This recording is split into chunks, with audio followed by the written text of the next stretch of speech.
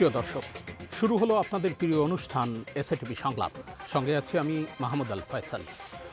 আজকে আমরা আলোচনা করব সমস্যার পাহাড় উত্তরণে করণীয় এই বিষয়টি নিয়ে, এবং এ বিষয়ে আলোচনা করবার জন্য আমাদের স্টুডিওতে রয়েছেন আপনাদের অতি পরিচিত টকশোর জনপ্রিয় মুখ।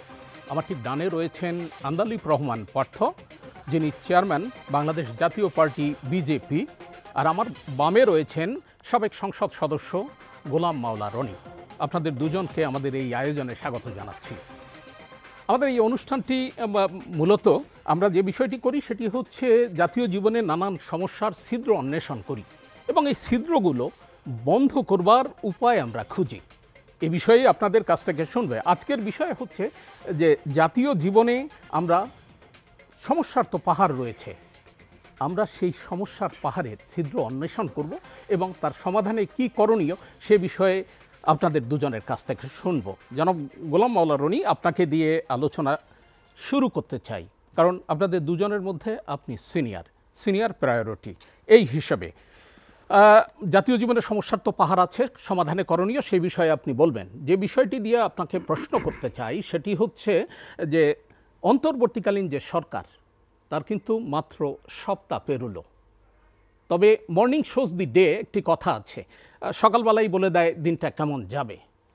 ওনারা যে পদক্ষেপগুলো নিচ্ছেন বিভিন্ন ক্ষেত্রে, এই পদক্ষেপগুলো কি পিক অ্যান্ড চুজ হচ্ছে নাকি প্রায়োরিটি বেস হচ্ছে? সমস্যা সমাধানের ক্ষেত্রে তাদের এই উদ্যোগকে আপনি কিভাবে মূল্যায়ন করবেন? না, প্রথমত হলো তারা চেষ্টার কোনো ত্রুটি করছে না। ডক্টর মোহাম্মদ ইউনূস ৮০ ঊর্ধ্ব একজন বয়স্ক মানুষ। এ বয়সে আমরা আমাদের দাদা বা অন্যান্য যারা আছেন তাদের প্রায়ই ৬ ধারে ৯ ধার থাকে না, ঘুমায় থাকলে তো জাগে না, বসলে তুই থাকে না। তো এই অবস্থা উনি কাজকর্ম করছেন জাতির জন্য, নিঃসন্দেহে পুরো জাতি তার প্রতি কৃতজ্ঞ।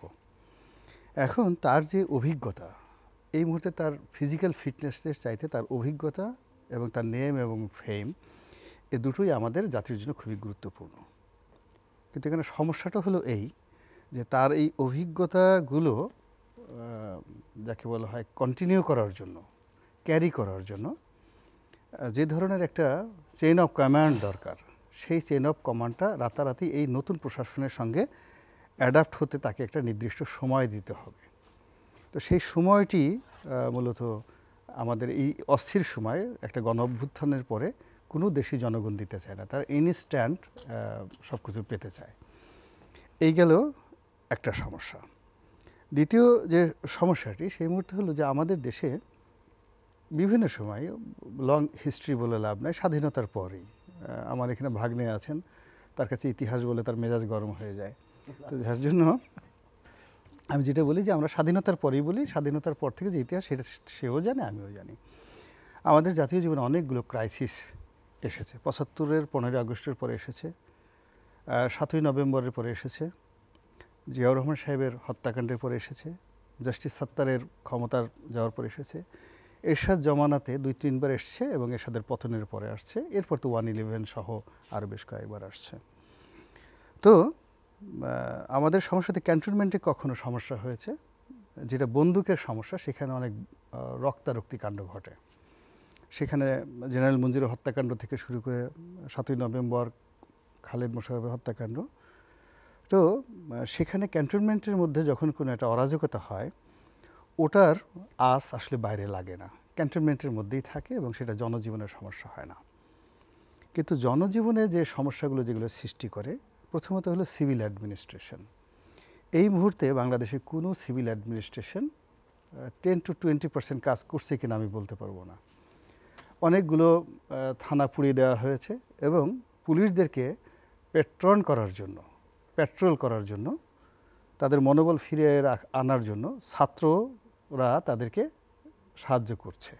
বোঝার চেষ্টা করুন, ছাত্ররা তাদেরকে সাহায্য করছে এবং মিলিটারি বড় বড় মহিলা তাদেরকে পাহারা দিচ্ছে। তো এইভাবে মূলত এই পুলিশের যে তার যে পুলিশিংটা, কমিউনিটি পুলিশিংটা প্লাস ট্র্যাডিশনাল পুলিশিংটা 1 বছরও আসবে কিনা আমি বলতে পারি না। তো 1 বছর যদি ছাত্ররা এইভাবে তাদেরকে সহযোগিতা করে, মানুষ অধৈর্য হয়ে যাবে। আমরা একটা দেখলাম যে কিছু ছাত্র তারা যাচ্ছে অনেক গুড ফেইথে হোটেলে চেক করছে যেখানে কোনো অসামাজিক কর্মকাণ্ড হচ্ছে কিনা, তারপরে কিছু ছাত্র হাসপাতালে গিয়ে সেখানে ক্লিনলিনেস হচ্ছে কিনা দেখছে এবং নিজেরা দায়িত্বপূর্ণ হাতে গ্লাভস টাভস লাগিয়ে তো এরকম কাজ করছে। তো এরকম এক হাসপাতালে বা কোনো একটা জায়গাতে ভাবে গেছে, যাওয়ার পর এক ডাক্তারের সঙ্গে তাদের বেশ হটটক হলো। তো ডাক্তার মেজাজ হারিয়ে ফেলেছে, সে একেবারে প্যান্টের চেইন খুলে হেড অফিসের ব্যাটারি দেখাই দিয়েছে। তো এটা নিয়ে যে একটা বিশ্রী অবস্থা হয়েছে বলার মতো না। এরপরে পুলিশ কর্মকর্তা একজন দেখলাম আজকে কে বা কারা পাঠিয়েছে, মানে একজনকে পুরো উলঙ্গ করে শুধুমাত্র জাঙ্গে পরিয়ে রিকশার উপর তুলে আমার ভিডিও মোবাইলে পাঠিয়েছে। ওরা গান গাচ্ছে আর তাকে বলছে তুমিও গান গাও, এবং সে তার ওই মোবাইল নিয়ে ওদের সাথে বাধ্য হয়ে গান গাওয়ার চেষ্টা করছে উলঙ্গ অবস্থায়। হোয়াট এভার বেবি, সে কিসের জনগণ নাকি একজন বয়স্ক লোক, এবং যখনই সে একটু গান গাইতে ভুল করছে মুহূর্তের মধ্যে আশেপাশ থেকে তাকে খোঁচা দেওয়া হচ্ছে। আই ডোন্ট নো এ কি বাংলাদেশের না এটা ভারতের, এটা কি অভিনয়, এটি কার্টুন, বাট এটা কিন্তু সামাজিক মাধ্যমে ছড়িয়ে পড়েছে। তো এই কারণে মানে এখন যে সময়টা যাচ্ছে কিয়ামতের ময়দানে বা রোজ হাসরে এক একটা দিন 50,000 বছরের মতো লম্বা হবে। তদ্রূপ এখন যে নতুন সরকার তারা রাজনীতিতে একেবারে অনভিজ্ঞ। এখানে যারা আছে, আমি পার্থ যারা আছে, মানে আমরা তো আসলে অনেক জায়গাতে আছে, আমাদের সে যারা ছোট ভাই তাদের পর্যায়েরও তৃণমূলের রাজনীতি করার অভিজ্ঞতা এই প্রশাসনের যারা অনেক লোক আছে, হয়তো আমরা তাদের সামনে কলম ধরতে পারবো না বা তাদের সামনে আমরা এত আমাদের ডক্টরেট ডিগ্রি নাই, অনেক অনেক পাণ্ডিত্য তাদের আছে, কিন্তু রাজনীতির অভিজ্ঞতা তাদের নেই। আর তারা যে অফিসগুলোতে বসবে, it's call political office, it's not a administrative office. যে অফিসগুলো উপদেষ্টাদের অফিস, ওই চেয়ারটা হলো পলিটিক্যাল অফিস। তো পলিটিক্যাল অফিস ম্যানেজ করার জন্য যদি কারোর মধ্যে পলিটিক্যাল ম্যাচুরিটি না থাকে, পলিটিক্যাল ট্যালেন্সই না থাকে, তাহলে সমস্যাটা কী হয় আমরা জাস্ট একটা উদাহরণ বলি। যেমন আমাদের বছরে দেখা গেল 100 টনের একটা টিআর আসছে, বরাদ্দ আসছে, আমার কাছে আসছে, পার্থর কাছে আসছে। 1000 লোক ছুটে আসলো এমপি সাহেবের কাছে যে এই টিআর দিতে হবে। এখন 100 টন টিআর হয়তো আপনি 20 জনকে দিতে পারবেন, কিন্তু বাকি যারা লোক আসছে সবাইকে পিঠে হাত বুলিয়ে একেবারে এক কাপ চা খাইয়ে একটু মুড়ি খাইয়ে পার্থ এমনভাবে সুন্দরভাবে তাদেরকে বিদায় করে দিল যে কাজটি টিওনো সাহেবের পক্ষে কোনোদিন সম্ভব হবে না, ডিসি সাহেবের পক্ষে কোনোদিন সম্ভব হবে না। এই 1000 লোক ডিসি সাহেবের রুমে যাওয়ার সঙ্গে সঙ্গে ডিসি সাহেব হার্ট ফেল করে মারা যাবে। তো এখন আমাদের যে পর্বতসম যে সমস্যাগুলো রয়েছে, এগুলোর পলিটিক্যাল যে নিষ্পত্তি, অসংখ্য চাহিদা, সেই চাহিদাগুলো সমাধান করার জন্য যে পলিটিক্যাল কানেক্টিভিটি দরকার, এটা এই তত্ত্বাবধায়ক সরকার বা এই স্বল্পকালীন সরকারের পক্ষে সম্ভব হবে না। এরপরে যেটা মনে হচ্ছে যে সরকার এখনও তার শ্রেণী চরিত্র ঠিক করতে পারেনি। এটা কি বর্তমান মানে সংবিধান অনুযায়ী এই সরকারটা গঠিত হয়েছে, নাকি এটা আন্দোলনের ফসল, গণঅভ্যুত্থানের ফলে একটি সরকার? যদি সংবিধান অনুযায়ী হয়ে থাকে বা সংবিধান অনুযায়ী যদি চলে থাকে, তাহলে সংবিধানে যেভাবে লেখা আছে তার একটাও এখন পর্যন্ত প্রতিপালিত হয়নি। যেমন ধরুন 15ই আগস্ট। এখন 15ই আগস্ট যেভাবে ডিফাইন্ড ইন দ্য কনস্টিটিউশন, এই যে সরকারি ছুটিটি, এটিকে এক্সিকিউটিভ অর্ডারে বাদ করা যায় কি না, এটা নিয়ে অনাগত দিনে আগামী দিনগুলোতে কিন্তু প্রশ্ন আসবে। এবং এখন যারা আছে, কেননা সব দিন সবার সমান যায় না। এরপরে যে প্রচারণাগুলো হচ্ছে যে কারো ব্যক্তিগত শোক জাতীয় শোক হতে পারে না, এবং এটা ওয়াইডলি হচ্ছে। এবং আমাদের তরুণ প্রজন্মের যারা ছেলেমেয়েরা থেকে শুরু করে অনেকেই আমি দেখলাম কালকে রাতে বিভিন্ন জায়গাতে কনসার্টের আয়োজন হয়েছে, এই ঢাকা শহরে কনসার্টের আয়োজন হয়েছে। এটা সামাজিক একটা অস্থিরতার লক্ষণ, প্রচণ্ড অস্থিরতার লক্ষণ। অর্থাৎ একটা শোক দিবস 15 বছর যাবৎ আওয়ামী লীগ এটা যেভাবে জোরাজুরি করে, অতি বাড়াবাড়ি করে, এটার যে একটা ভাব গাম্ভীর্য ছিল, সেই ভাব গাম্ভীর্যটা বিরক্তির এমন একটা পর্যায়ে নিয়ে আসছে, সেই বিরক্তির প্রতিবাদ জানানোর জন্য আবার দেখা গেল সেখানে অনেকে নাচ গান করে কনসার্ট করছে। ফলে এই দায়িত্বগুলো, এই বিসাদৃশ্যগুলো আলটিমেটলি এই সরকারের উপর চেপে যাবে। এরপরে ধরুন বাংলাদেশ ব্যাংকে হাসান এস মনসুর সাহেবকে বসানো হয়েছে, গভর্নর সাহেবকে। তো গভর্নর যারা এই যাবৎকালে হয়েছেন, হ্যাঁ হাসান না, হ্যাঁ আহসান এস মনসুর, না সরি নামটা বলার জন্য, but he is very close to mind, আমার খুব ভালো সম্পর্ক। তো ওনারা IMF-এ কাজ করেছেন। আর এনজিও ব্যক্তিত্ব, মূলত এনজিও ব্যক্তিত্ব ব্র্যাক ব্যাংকের আবেদ সাহেবের ওখানে চেয়ারম্যান ছিলেন। এটা জাস্ট ওই অনুষ্ঠানগুলোতে মানে সভাপতিত্ব করে। পলিসি রিসার্চ ইনস্টিটিউট, মানে তার তিনি নির্বাহী পরিচালক। এটা এনজিও। হ্যাঁ, সঠিক। এনজিও। কিন্তু একটা প্রাইভেট কমার্শিয়াল ব্যাংক কিভাবে চালাতে হয়, একটা কেন্দ্রীয় ব্যাংক কিভাবে চালাতে হয়, সেই হাতে কলম শিক্ষা তার নেই। এটা গেল তার সমস্যা। দ্বিতীয় গ্রেডে 3 জন বা 4 জন যে ডিপটি গভর্নর, যেটা বাংলাদেশ ব্যাংকের সর্বোচ্চ এক্সপেরিয়েন্স, এবং তারা সব জায়গায়। এই গণ অভ্যুত্থানের ফলে তাদেরকে পদত্যাগ করতে হয়েছে, চলে যেতে হয়েছে। ফলে ওখানে যে ভ্যাকুয়ামটা তৈরি হয়েছে, সেখানে আবার এক্সিকিউটিভ যারা ডিরেক্টর তাদেরকে এনে পূর্ণতা দেওয়া হয়েছে। প্রাইভেট ব্যাংকগুলো দখল করার জন্য বড় বড় ব্যাংকগুলো যেগুলো খুব ভালো, যেমন ইউসিবিএল ব্যাংক, এখন জাভেদ চলে গেছে, যাওয়ার সময় এখন ইউসিবিএল ব্যাংকে সবাই বলছে 12,000 কোটি টাকা চুরি করে নিয়ে গেছেন। আইএফআইসি ব্যাংকে সালমান এফ রহমান সাহেবকে বাদ দেওয়ার জন্য মিছিল হচ্ছে। ইসলামী ব্যাংকে এস আলম যাদেরকে নিয়োগ দিয়েছে, 8,000 কর্মকর্তা কর্মচারী, তাদের কাউকে ঢুকতে দেওয়া হচ্ছে না। আবার এই যে এস আলমের যে 8টা না 5টা ব্যাংক আছে, এই ব্যাংকগুলোর যে সরকারি মানে বাংলাদেশ ব্যাংক থেকে যেভাবে তাদেরকে লিকুইড দিয়ে, নগদ অর্থ দিয়ে বাঁচিয়ে রাখা হচ্ছিল অনেকটা কুইনাইনের মতো, এখন বাংলাদেশ ব্যাংক সিদ্ধান্ত নিয়েছে তাদের কোনো টাকা দেবে না।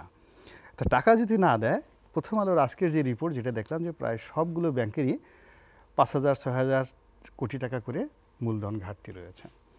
এখন এই ব্যাংকগুলো এই সময়টাতে যদি ক্রাইসিসে পড়ে, দেউলিয়া হয়ে যায়, এটা সামাল দেওয়ার ক্ষমতা ইউনূস সাহেবের নেই। এবং ইউনূস সাহেব আমাকে একবার বলেছেন, উনি ওনার নিজের ব্যাংক গ্রামীণ ব্যাংকটা দেউলিয়া হয়ে গেছিল।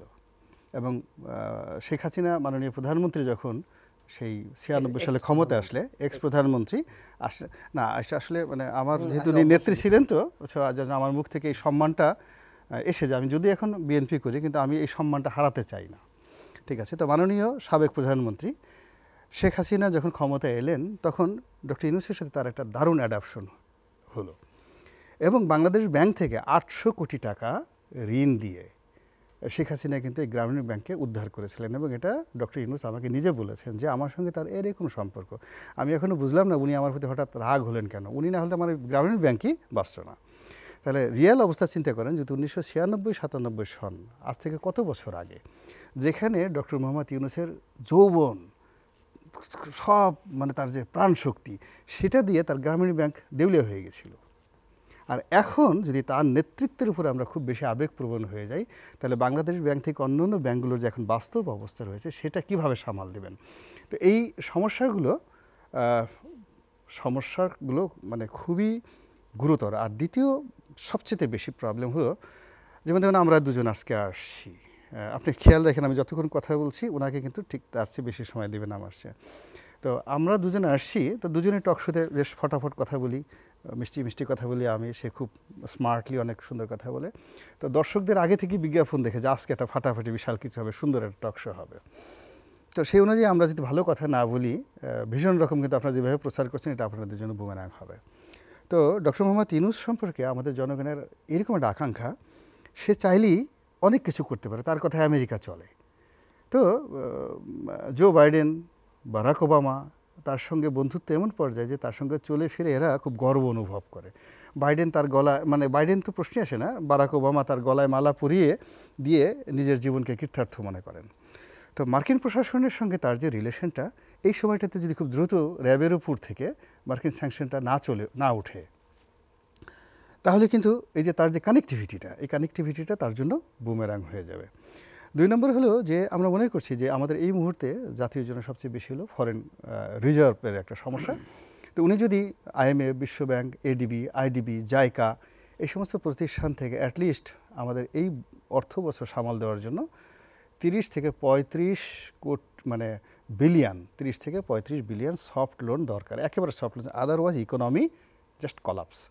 তো এটাও তাকে খুব দ্রুত করতে হবে, এবং ঠিক সেই কাজটা আমার কাছে মনে হয় তিনি এখনও পর্যন্ত শুরু করা দূরের কথা, চিন্তা করার সময় পায় না। এর কারণ হলো সাংবাদিকরা আজ তাকে এটা জিজ্ঞাসা করছে, কাল তাকে ওটা জিজ্ঞাসা করছে, বিভিন্ন রকম মানে ছোটোখাটো সমস্যা নিয়ে স্থানীয় উত্তেজনা প্রশমনের জন্য আমরা তাকে ব্যবহার করছি। সো এটা একটা বিরাট সমস্যা, এবং এই সমস্যা তার জন্য কী পরিণতি আনতে পারে, আমি ক্যাপ্টেন জেমস কুকের একটা কাহিনী বলে তারপর আমার এই পর্বটা শেষ করছি। ক্যাপ্টেন জেমস কুক হাওয়াই দ্বীপপুঞ্জ, যেটা হনলুলু যার রাজধানী, one of the finest city in the world, এটা তিনি আবিষ্কার করেছিলেন। তো ওখানে সব রেড ইন্ডিয়ানরা বসবাস করতেন, গায়ের রং কালো। তো যখনই জেমস কুক তার লোকজন সহকারে সেখানে নামলেন, ইংরেজ নাবিক, সবাই মনে করলো আকাশ থেকে দেবতা আসছে, এবং তারা কোনো রকম যুদ্ধ না করে অস্ত্র সমর্পণ করে তার অনুগত হয়ে গেলেন এবং বললেন যে আমরা এই দেবতা পেয়েছি, অল আর হোয়াইট ম্যান। তো এভাবে কয়েকদিন গেল এবং কিছুদিন পরে দেখা গেল যে ওই জেমস কুকের মানে স্কিন ডিজিজ হয়েছে। তখন এর লোক বললো যে আরে এ তো দেবতা না, দেবতা তো অসুখ হওয়ার কথা না। তখন করলো কি সেই রেড ইন্ডিয়ানরা বিক্ষুব্ধ হয়ে জেমস কুক এবং তার সঙ্গী সাথী সবাইকে গণপিটুনি দিয়ে মেরে ফেললো।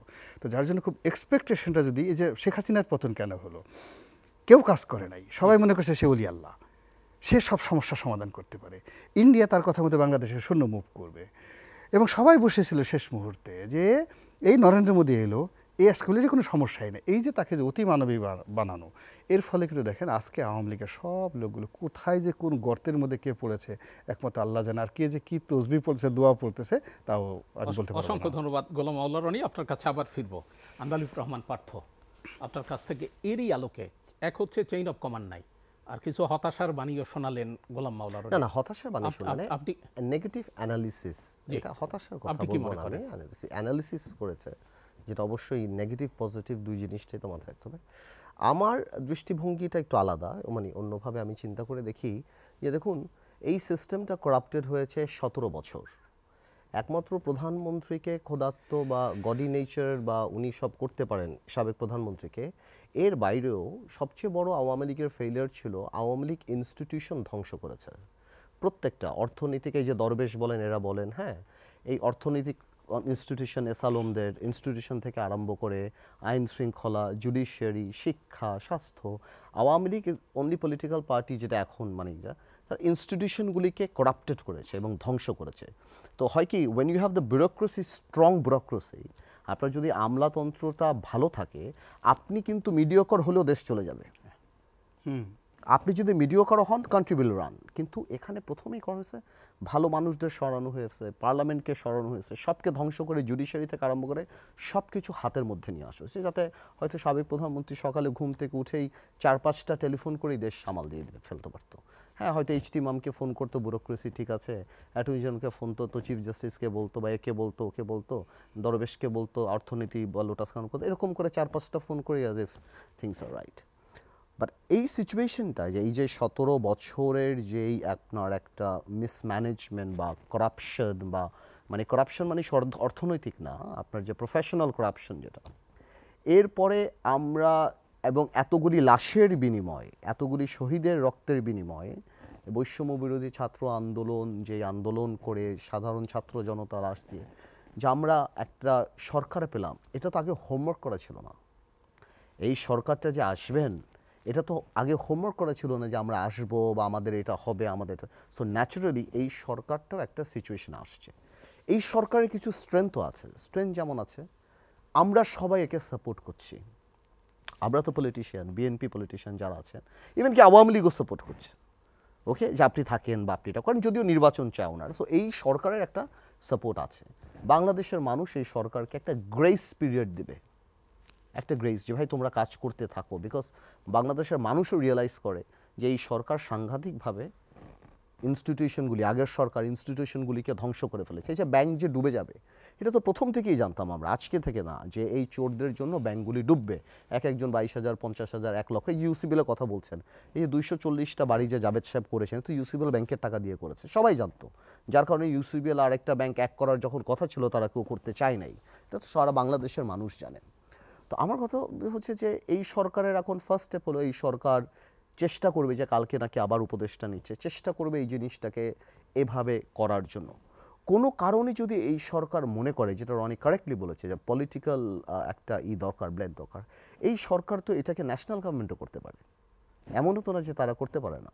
বিভিন্ন political party, registered political party বা যাদের সমাজে গ্রহণযোগ্যতা আছে, তাদেরকেও প্রস্তাব করতে পারে, যদি এই পলিটিক্যাল পার্টিরা চায় যে হ্যাঁ এই সরকারকে আসলে দেওয়া দরকার আমার। এবং কিন্তু এই সরকার কিন্তু আসার সাথে সাথেই, এটা তো আপনি মানেন যে আমরা খুব ইমোশনাল একটা জাতি, এটা তো কোনো সেকেন্ড কথা, আমরা ইমোশনাল সব করতে পারি।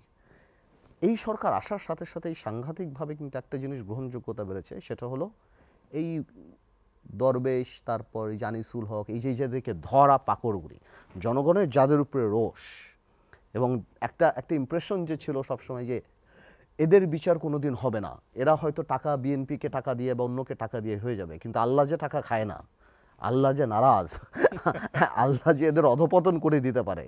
হ্যাঁ, লুই ভিতত লুঙ্গি সালমান রহমানের, হ্যাঁ, তো এগুলি দেখে মানুষ শান্তি পায়। কারণ যখন একটা মানুষ সন্তান বিক্রি করে 12,000 টাকায়, যখন 20,000 টাকার জন্য জেল খাটে একটা কৃষি ব্যাংকের ইসলামী ব্যাংকের একটা কৃষক, আর যখন শুনে এরা 50,000 কোটি টাকা বিদেশে নিয়ে যাচ্ছে, মানুষের রক্তক্ষরণ হয় হৃদয়ে। তো মানুষ এই বিচারগুলি যখন দেখে যে এই মানবতা অপরাধের জন্য এই বিচার হচ্ছে, একে খুঁজে পাওয়া যাচ্ছে, একে পাওয়া যাচ্ছে, তো মানুষ কিন্তু বুঝতেছে এটা। বাট এই বিচার করে তো রাষ্ট্র চলবে না, দেশ চলবে না। আবার বিচার দরকার, বিচার অবশ্যই দরকার, বিকজ এতগুলি ঘটনা ঘটেছে, এবং আগামীতে আমরা যাতে এই ধরনের অহংকার, আল্লাহর জমিনে জানি এই অহংকার সহ আমরা না চলি, এবং আগামীতে জানি আমাদের মাথা খারাপ না হয়, আগামীতে জানি আমরা এই ধরনের কর্মকাণ্ড না করি। তো আমার মনে হয় এই বিচারগুলি তো আমাদের রাজনীতিবিদদের জন্য অত্যন্ত ইম্পর্টেন্ট। তো যা বলছিলাম, তো ন্যাশনাল গভর্নমেন্টে যদি আবার ফর্ম হয়, তাহলে হয়তো আবার ওই সরকার আবার একটা ব্রিদিং স্পেস পাবে যে না ঠিক আছে। আর সব কিছু শেষে তো সরকারের হাতে নির্বাচন দেওয়ার অপশন আছেই। এই সরকারের বডি ল্যাঙ্গুয়েজে কোনোভাবেই মনে হচ্ছে না যে এই সরকার একটা অ্যাম্বিশিয়াস সরকার, যে আমি সারা জীবন থেকে যাব, বা আমি একটা স্বৈরাচারী দাগ নেব, বা আমি ইউনূস সাহেব দল করবেন বা দল করে সেখানে আবার নতুন হবে না, আমরা কোনোভাবেই দেখছি না। এবং আমিও যে ওনার সাথে কথা বলেছি, এই জন্য আমরা ওনাদেরকে ব্রিদিং স্পেস দিতে রাজি আছি। ওনারা যদি ফেল না করে, আমাদের উচিত সেইভাবে ওনাদেরকে সাপোর্ট করা। এটা 100% যে ওনারা সিইও বা ওনারা এনজিও চালাতে বা একটা কর্পোরেট অফিস চালাতে ওনারা যোগ্য, বাট কর্পোরেট অফিস চালিয়ে তো ওনারা সাকসেসফুল, এমন তো না যে ওনারা সাকসেসফুল না। তো আমার কথা হলো, রাষ্ট্র যদিও কর্পোরেট না, যেটা রনি খুব কারেক্টলি বলেছেন, যে আমাদের একটা ব্লেন্ড, পলিটিক্যাল একটা ব্লেন্ড দরকার মানুষকে ম্যানেজ করার জন্য। বাট ওই অপশন এখনও এই সরকারের কাছে আছে। সরকার যদি চায়, সরকার যদি ডিফিকাল্টিতে পড়ে, আমরা রাজনীতিবিদরা, যেমন আমি যখন ঈশ্বরের সাথে দেখা করছি, উনি বলেছে আবার সেপ্টেম্বর মাসে বসবে, প্রতি মাসে আমাদের সাথে বসবে, what are the problem. So এরকম করে যদি ওনারা চলে, আই এম শিওর একটা স্ট্রাকচারের জায়গায় ওনারা চলে আসতে পারবেন, আমার ধারণা। আপনি যথার্থ বলেছেন। আপনি গ্রেস পিরিয়ডের কথা বলেছেন। আপনার কাছে ছোট করে যে বিষয়টি জানতে চাই, অনেক সময় খুব ভালো নায়ক তারা কিন্তু ফ্লপ করে, কিন্তু আবার অবহেলিত একজন নায়ক কিংবা উপেক্ষিত বিভিন্ন সময়ে সে অভিনয়ের মানে পারদর্শিতা দেখিয়ে জনগণকে তাক লাগিয়ে দেয়। এই তত্ত্বাবধায়ক সরকার জনগণকে তাক লাগাতে পারবে বলে কি আপনি মনে করেন? আমার তো তাক লাগানোর দরকার নাই। আপনার যেটা এক্সপেকটেশন, আপনি কেন মনে করছেন এই সরকার তাক লাগানোর দায়িত্ব নিয়ে আসছে? তা তো না। এই সরকার একটা সিস্টেম যেটা সম্পূর্ণ ভেঙে পড়েছে, যেখানে মানুষের মধ্যে রিউমার ছিল বিএনপি ক্ষমতা আসলে বা আওয়ামী লীগ পড়ে গেলে 5 লক্ষ লোক মারা যাবে, এই হবে ওই হবে, এটা হবে, সেগুলি সলভ করতে আসছে এই সরকার। এই সরকার রাষ্ট্র মেরামতের জন্য কিছু কিছু কাজ যেটা হয়তো মানুষ আমাদের প্রিভিয়াস ক্যারেক্টারের জন্য মানুষ মনে করে আমরা ক্ষমতায় গেলে আমরা স্বৈরাচার হয়ে যাই, আমরা করব না, এবং আমরা এটাকে অভিনন্দন জানাই, আমরা এটাকে কংগ্রাচুলেট করি। আমরা চাই যাতে এই সরকার এই কাজগুলি করেন, এবং আমরা আসলেই আমাদের ক্ষমতা কমাতে চাই। এটা সত্যি কথা যে আমরা ক্ষমতায় আসলে পাগল হয়ে যাই, অহংকারী হয়ে যাই, আল্লাহর প্রতি বিশ্বাস কমে যায়, আমাদের মধ্যে ক্ষুধার্ত চলে আসে, আমরা এই অন্যায়গুলি করি। আপনি আগের গভর্নমেন্টের অবস্থা দেখে দেখছেন না, আগের যে গভর্নমেন্টগুলি দেখছেন, এটা তো আসলে মানুষ করে নাই। এই যে রাস্তায় ছেত্রগুলি আসছে, আমার তো মনে হয় আল্লাহ প্রদত্ত। এই যে ঘটনাগুলি ঘটেছে, যেই জিনিসগুলি রনি বলল একটু আগে, যে এই যে মানুষের যে অহংকারের জন্য আল্লাহ তাআলা নিজেই দেখিয়ে দিয়েছে যে আমি 5 দিন 7 দিনে কি করতে পারি, আমি ধ্বংস করে দিতে পারি। আজকে আওয়ামী লীগের মতো একটা দল দেউলিয়া হয়ে গেছে। Awami League is nowhere. আওয়ামী লীগের বড় বড় রাজনীতিবিদরা যেভাবে পালিয়ে যাচ্ছে এবং তারা কান্নাকাটি করছে ঘরের মধ্যে যে আমরা জীবনে কোনোদিন রাজনীতি করব না, কোথায় তাদের হাজার হাজার কোটি টাকা, কোথায় কাছে লক্ষ কোটি টাকা। তারা এমন একটা ভাব করেছিল যে আগের সাবেক প্রধানমন্ত্রী যিনি, ওনার হিসাব করছিল যে ওনার তো অল্টারনেট নাই, ওনার তো বিভিন্ন টকশোতে আমাদের বলছে ওনার অল্টারনেটকে, ওনার তো অল্টারনেট নাই, ওনার পর কে আসবে। তার মানে মানুষ মানে ওই দাবিতেই চলে গেছে যে উনি তো থাকবেই, তারপর কে আসবে। আল্লাহ এগুলি পছন্দ করেন না। না, আল্লাহগুলি বলছে আমার জমিনে তুমি অহংকারের সাথে হেঁটো না, তুমি জমিন বিদীর্ণ করে যেতে পারো, আকাশ বিদীর্ণ করে উপরে উঠতে পারবা না। আল্লাহ দম্ভকারীকে পছন্দ। এগুলি তো তার, এগুলি আমাদের সৃষ্টি না, এগুলি আমরা প্ল্যান করে করতে পারতাম না। এগুলি কারণ এগুলি আল্লাহর তরফ থেকে আসা। এই যে অহংকার প্রত্যেকটা ক্যাবিনেটের, এবং এই যে পলিটিক্স যে ধ্বংস করেছে আজকে বাংলাদেশে, আমি একটু বলি। আচ্ছা, এই যে আওয়ামী লীগের মতো একটা দল, এই যে রনি বলছিল যে খারাপ লাগে, আসলে তো বাট এটা তো একদিনে হয় নাই। আওয়ামী লীগ ক্ষমতায় আসার পর নন পলিটিক্যাল এইচটি ইমামদের গ্রুপদেরকে নিয়ে আসা হলো, তারপরে আবার আরেকটা অ্যাডভাইজারদের গ্রুপদের নিয়ে আসা হলো, তারপর উপরের যে সাইজ করে ভালো ভালো পলিটিশিয়ানদেরকে সাইজ করে ওই দীপুমণি, ফারুক খান এদেরকে আপলিফট করা হলো। তারপর লাস্টে কী হলো, আওয়ামী লীগ দুই ভাগে বিভক্ত হয়ে গেলো। একদিকে non political Anisul Haque, non political Salman Rahman, non political Arafat, non political Nofel, আর অন্যদিকে ওবায়দুল কাদের। এবং আজকে ধ্বংসটা কারা করেছে? এই যে সাবেক প্রধানমন্ত্রী যখন বলল যে রাজাকারের সন্তানরা পাবেন, নাহলে কি রাজাকারের সন্তানরা পাবে, এইটার যে গ্যাপটা ছিল ওইটাকে ক্লিয়ার, ওইটাকে নষ্টটা কী করলো, যেটা ওইটা নষ্ট করলো এই পলক, এই নফেল স্ট্যাটাস দিয়ে যে রাজাকাররা দেশ ছাড়, এই ছাড়ে দেশ ছাড়, এবং ছাত্ররা রাগ হয়ে গেল। এই যে এই যে আরাফাত কীভাবে বলে, একটা ছেলে যখন সে নিজের অধিকারের জন্য জীবন দেওয়ার জন্য প্রস্তুত, আরাফাত দাঁড়িয়ে বলছে ওনাকে ড্রাগ করা হয়েছে। It is questioning the integrity of that boy. এটা মানুষের হৃদয় লাগে যে আমি আমার অধিকারের জন্য জীবন দিতে চাই, আর তুমি বলছো আমাকে ড্রাগ করা হয়েছে। আরেকজন দেখলাম সেলিম মাহমুদ বলছে যে ওই যে যখন মারা হচ্ছিল বলছে এটাকে মারাই হয়নি, এটা নাকি বানানো হয়েছে। এই ধরনের ঘটনা ঘটেই নেই। এতে মানুষের হৃদয় রক্তক্ষরণ হয়। এই যে মানুষগুলি নামে, এই যে রাগ, মানুষের যে ক্ষোভ, আপনি আগে কোনো দিন দেখেছেন? কোনো দিনও দেখেন নাই। এগুলি ক্ষোভ মানুষের মধ্যে থেকে আসছে। তারপর যে দেশ চালানোর ওকে উঠিয়ে নিয়ে আসো, ওকে এখানে রেখে দাও, ওকে মামলা দিয়ে দাও, ওকে ধরায় দাও, ওকে এই করো, ওকে সেই করো, আর করাপশন। আপনি যদি আজকে, আমি মনে করি যে সালমান রহমান সাহেবের দুইবার ফাঁসি হওয়া উচিত। আমি পার্সোনালি বিলিভ করি এটা। এক হলো এই দেশের অর্থনৈতিক রাষ্ট্রদ্রোহিতার জন্য, ইকোনমিক রিজনের জন্য। উনি শেয়ার মার্কেট থেকে আরম্ভ করে, ব্যাংকিং সেক্টর থেকে আরম্ভ করে, গভর্নরও উনি ছিলেন বাংলাদেশ ব্যাংকের, এবং অর্থমন্ত্রী উনি ছিলেন। লোটাস কামালে শুধু বসায় রাখতো মাঝামাঝি একটা লোক, কিছুই না, কিছু টাকা পয়সা আদম টাদম করে কামাই করতো, সব কিছু উনি করে বাংলাদেশের ইকোনমি ধ্বংস করে দিয়েছেন একদম। সেই 96 থেকে উনি কিন্তু এই ব্যাংকই খায়নি, উনি শামিলা বাহরাইনের ব্যাংকও খেয়েছে $49 মিলিয়ন, লন্ডনে ব্যাংক খেয়েছে, ওনার অভ্যাসই তাই। এবং উনি সব কিছুগুলি ভেঙে ফেলেছে, বাংলাদেশের অর্থনীতিকে ধ্বংস করে দেবে। এবং লাস্টে ওনার এই টাকা পয়সা রাখার জন্য উনি পলিটিক্সে ঢুকে এই যে হত্যা প্রক্রিয়ার যেই এজেন্সি, যেটা ক্রিমিনাল এন্টারপ্রাইজ, যার মাধ্যমে এই হাজার হাজার মানুষকে মারা হলো বা হত্যা করা, এর মধ্যে মুখ্য ভূমিকা পালন করেছেন। সো ওনার দুইটা মামলা হওয়া উচিত, ট্রাস্ট মি। উনি এই যে আনিসুল হক সাহেব, কি দরকার আপনার বাবা এত নাম করা একজন লয়ার, আপনার দরকার কি একটা চেম্বার খুলে, আমি নাম বলবো না, ওনার একটা চেম্বার আছে, উনি ওই চেম্বারে আপনি টাকা দিলেই সিএমএম কোর্ট, মহানগর দাঁড়াতে আপনার বেল। আমি উকিল, সবাই জানে বাংলাদেশের সবাই, প্রতিদিন 2 কোটি 3 কোটি টাকা কামাই করে প্রতিদিন।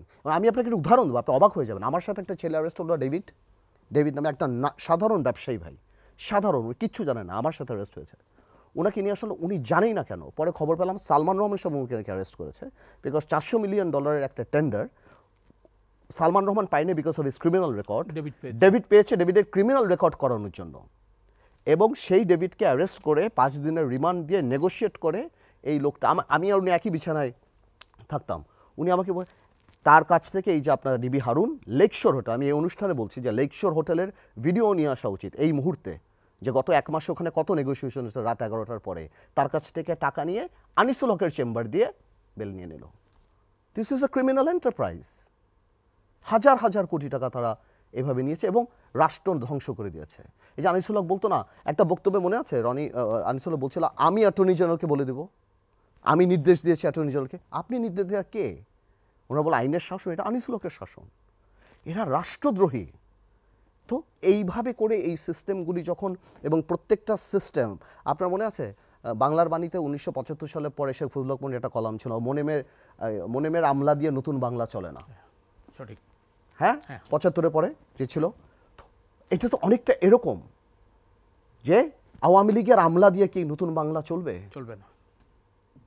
This is very important. কিন্তু চালাতে হবে, আমাদের অ্যাডাপ্টেবিলিটি করতে হবে। এখন এর মধ্যেও ভালো অফিসার আছে, এর মধ্যেও ভালো পুলিশ আছে, এর মধ্যেও ভালো জাজেস আছে, তাদেরকে ওই অ্যাডাপ্টেবিলিটি, ওই গুড সেন্সের জায়গায় নিয়ে এসে আমাদের চালাতে হবে। But Awami League has destroyed the country.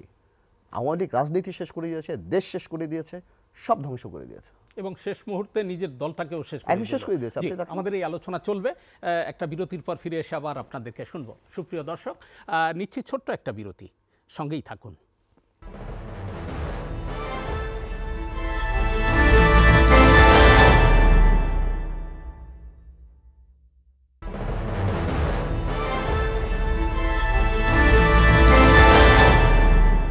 ফিরে এলাম এসএটিভি সংলাপে, সঙ্গে থাকবার জন্য অসংখ্য ধন্যবাদ। দর্শক, আমরা আলোচনা করছি সমস্যার পাহাড় উত্তরণের উপায়। এতক্ষণ আপনারা শুনছিলেন আন্দালিব রহমান পার্থর বক্তব্য। আমরা আবার যেতে চাই গোলাম মাওলা রনির কাছে, আপনার কাছ থেকে শুনবো। এই যে দরবেশের 2 বার ফাঁসির যে বিষয়টি বললেন, হ্যাঁ, কিংবা আনিসুল হকের মানে বিরুদ্ধে কি মনে করেন? শুধু কি এই 2 জনেই, না এই সংখ্যা আরও অনেক অগণিত ছিল? না, প্রথমত হলো কি যে যত অপরাধ হয় তার একটা সিন্ডিকেট থাকে, এবং বিভিন্ন গল্প উপন্যাসে সবসময় এই ধরনের সিন্ডিকেটের একটা নাম্বার উল্লেখ করা থাকে, যেমন আলী বাবা এবং 40 চোর। তো আলী বাবা আরবি শব্দ, এটার অর্থ হলো চোর, দ্য থিপ। তো তার একটা গ্যাং ছিল 40। তদ্রূপ এখন এই যে সালমান সাহেব বলেন, আনিসুল হক সাহেব বলেন, তাদের সবারই একটা গ্যাং আছে। আনিসুল হক সাহেব যে কাজগুলো করতেন তারও এরকম একটা 40 জনের গ্যাং আছে, যারা বিচারাঙ্গনকে এইভাবে কলুষিত করেছে। এখন জনাব পার্থ যেটি বললেন যে তার একটা নির্দিষ্ট চেম্বার থেকে যদি প্রতিদিন 2 কোটি টাকা এইভাবে আয় হতো, এবং আরও লজ্জাকর ব্যাপার হলো পুরো জাতিকে নির্লজ্জ এবং বেহায়া বানিয়ে ফেলা হয়েছে। বিকজ যে চেম্বারটির কথা বলা হচ্ছে সেটি বলা হতো যে তার প্রেমিকা, যার সঙ্গে তার বিবাহ বহির্ভূত একটা সম্পর্ক, এবং সেটি সবাই জানতো। এবং সেই দরবারে গিয়ে সবাই যখন অবনত হতো, ভিক্ষা প্রার্থনা করত, তাহলে জিনিসটা আসলে হয় কি, আপনি মসজিদে যাবেন, মন্দিরে যাবেন, দেবালয়ে যাবেন, কিন্তু তা নিয়ে করে যদি আপনি কোনো অপবিত্র স্থানে গিয়ে বিপদের উদ্ধার করার জন্য আপনি যাকে বলে প্রার্থনা করেন, তো এটা আল্লাহ রাব্বুল আলামিনের জন্য যে কত বড় একটা অবমাননাকর এবং অসন্তুষ্টিকর, তার এই যাকে বলে নজির এই 2 জনের যে গ্রেপ্তার, এই গ্রেপ্তারের পরে যে সামাজিক মাধ্যমে যে সকল মন্তব্য আসে, যেমন জনাব পার্থ যেটা বলে ফেললেন যে তাকে 2 বার ফাঁসি দেওয়া উচিত। আমি আসলে এই কথা কখনো শুনিনি। তো শোনার পর আমার মনে মনে চিন্তা হলো যে 2 বার কীভাবে ফাঁসি দেওয়া যায়। প্রথমে ঠিক আছে, তাকে না হয় আমি পায়ে রশিটা নিয়ে মেরে ফেললাম, তারপরে আবার করলাম কি, একবার চিৎ করে শুয়ে মানে পায়ে রশিটা নিয়ে নিচে মাথা রাখলাম, একবার ফাঁসি কার্যকর হলো, আবার দ্বিতীয়বার তার গলায় রশি পেঁচিয়ে তাকে দ্বিতীয়বার ফাঁসি কার্যকর হলো। তো এখন এই যে দেখুন প্রেক্ষাপটে সেই কথাটা বলছে, আসার আগে হয়তো 2 বার ফাঁসি দেওয়া যাবে এরকম কথা সেও চিন্তা করেনি। আবার আমি যে এরকম পা নিয়ে মাথা নিয়ে এই ধরনের চিন্তা ভাবনা করব, এরকম হয়নি। আবার ফেসবুকে দেখলাম যে তারা যেখানে ধরা পড়েছে, ধরা পড়ার পরে সবাই ট্রল করছে যে সালমান এফ রহমান সাহেব যেভাবে দাড়ি চুল কামিয়েছেন, মাথায় কলপ দিয়েছেন, তাকে আসলে নৌবাহিনী চিনতে পারেনি। আনিসুল হক সাহেবকে চিনতে পেরেছে, তাকে ধরে নিয়ে যাচ্ছে। যাওয়ার পর তার খুব ঈর্ষা হয়েছে যে আমি একা ধরা পড়বো কেন। সে তখন নৌবাহিনীকে বলে দিয়েছে যে উনি হলেন সালমান এফ রহমান, তখন সেভাবে ধরা পড়লো। আপনি বোঝার চেষ্টা করুন যে কীভাবে ট্রল হচ্ছে। আরেকজনে বলছে যে সালমান এফ রহমান এবং আনিসুল হকের লুঙ্গির যে রং, 2টো ছবি, একটা ছবিতে লুঙ্গির রং এক, আর একটা ছবিতে লুঙ্গির রং ভিন্ন কাছাকাছি।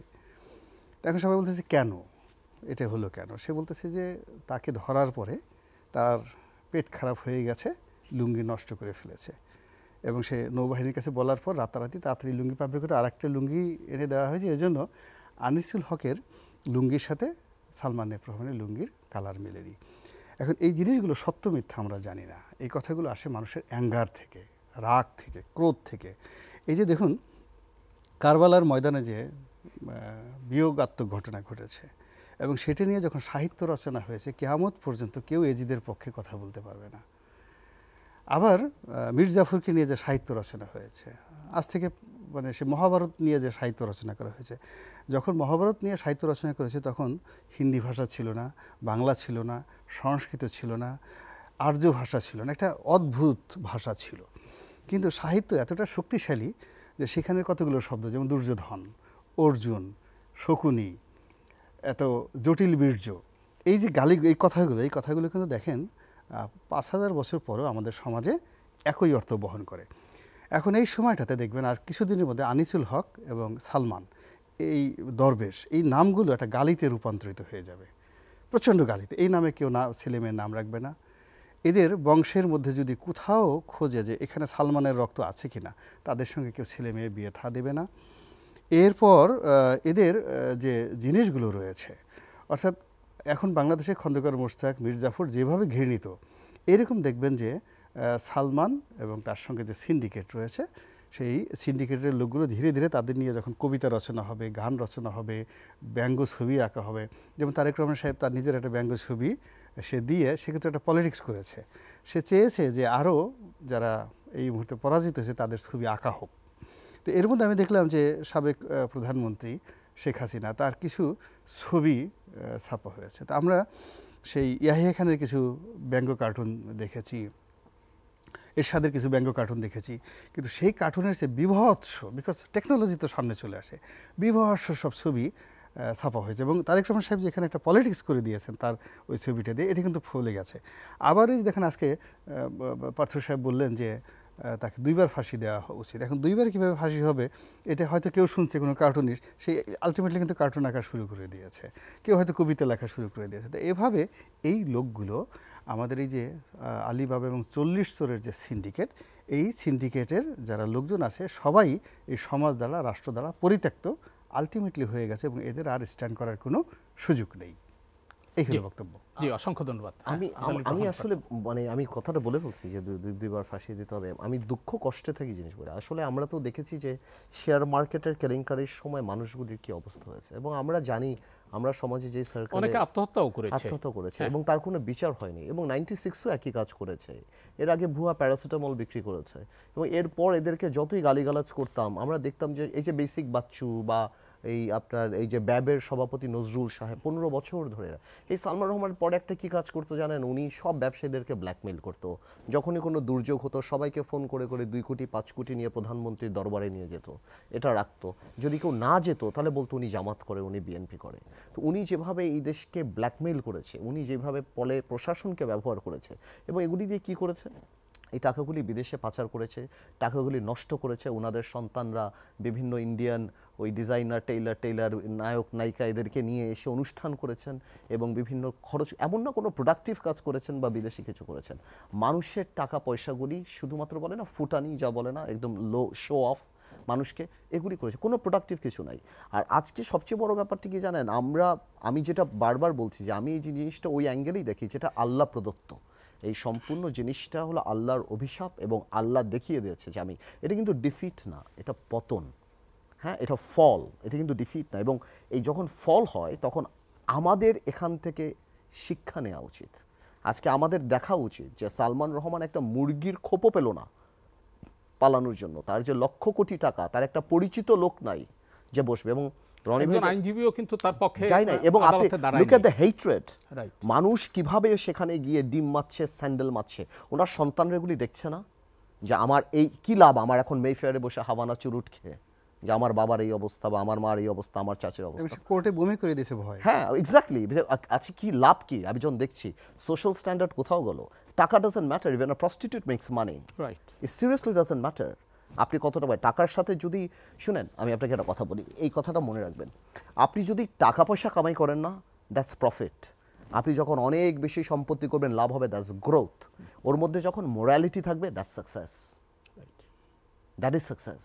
সো আজকে সালমান রহমানদের কোটি কোটি হাজার হাজার লক্ষ কোটি টাকা, সালমান কেন, সালমান বলেন, এসালম বলেন, যাদের বলেন, এদের জন্য কি অপেক্ষা করছে, এই যে অসম্মানী অপেক্ষা করছে, যেটা রনি একদম ঠিক মতো বললো, যে এদের সন্তানরা ভবিষ্যতে কি মুখ দেখাবে, কার সাথে কথা বলবে, এটা তো আল্লাহ তো ওইটা রেখে, আমি বললাম না যে ওনার মনে করেছিল যে অন্য কাউকে টাকা দিয়ে দেবে, কিন্তু আল্লাহর দরবারে তো টাকার কোনো দাম নাই, আল্লাহ নারাজ হয়েছে। আমি আজকে দেখছিলাম সালমান এক জায়গায় বলছে যে কোরআনে তেমন কোনো সমস্যা নাই, তার মানে আমি জানি না আপনি দেখেছেন নাকি ওনার একটা বক্তব্যে, আপনি চিন্তা করেন কোন লেভেল পর্যন্ত চলে গিয়েছেন, কার ভুল ধরা, কার সঠিক করা পর্যন্ত হাত চলে গিয়েছে।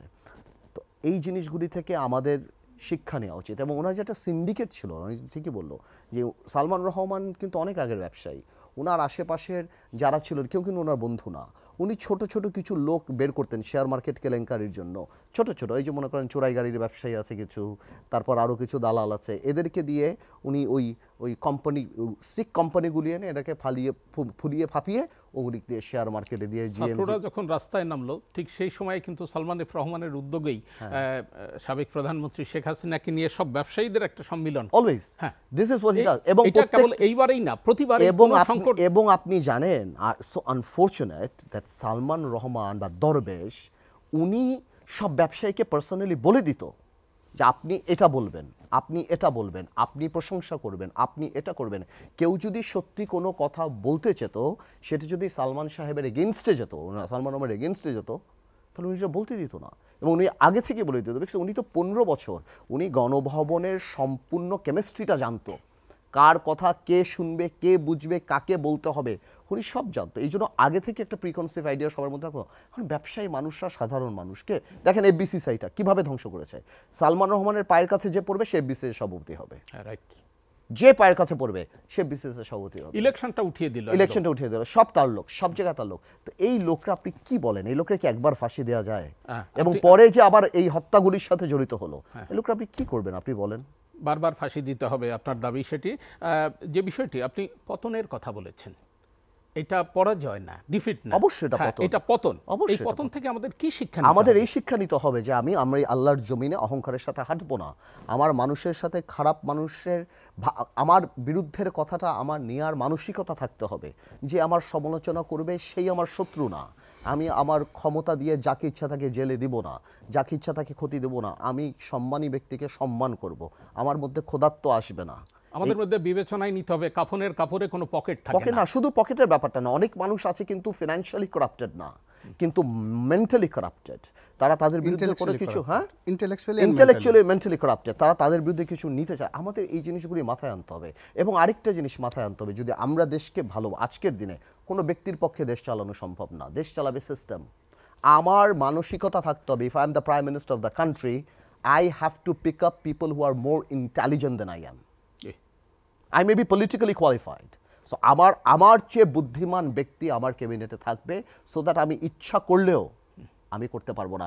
দেখেন, আমার নবী করিম হযরত মুহাম্মদ সাল্লাল্লাহু আলাইহি ওয়াসাল্লামেরও সূরা কমিটি ছিল। উনিও কিন্তু যদি নেমে জিবরাইল বলে দিত নবী এটা বলেছে সব শেষ না, উনিও ওমর রাদিয়াল্লাহু আনহুর সাথে কথা বল, আপনার হযরত আলীর সাথে কথা বলছে, আপনার আবু বকরের সাথে, সবার সাথে কথা বলছে, ওনার সূরা কমিটি ছিল, আলাপ হয়েছে, আর্গুমেন্ট হয়েছে। তাহলে তার মানে কি, যদি সেই পৃথিবীর সবচেয়ে বড় রাজনীতিবিদ হয়ে থাকে, উনি যদি পৃথিবীর সবচেয়ে বড় শ্রেষ্ঠ মানব হয়ে থাকে, তো এই উদাহরণ তো আছেই। তো আপনি যদি কারোর সাথেই কথা না বলেন, কেউই বুদ্ধিমান না, কেউই নাই দুনিয়াতে, কারোর সাথেই কোনো কিছু নাই, লাভ নাই। এই আলোচনা চলবে, আজকে শেষ। হ্যাঁ, আমাদের এই আলোচনা চলবে আর একটা বিরতি থেকে ফিরে এসে। দর্শক, আপনারা দেখছেন এসএটিভি সংলাপ, নিচ্ছি আরেকটি বিরতি, সঙ্গেই থাকুন।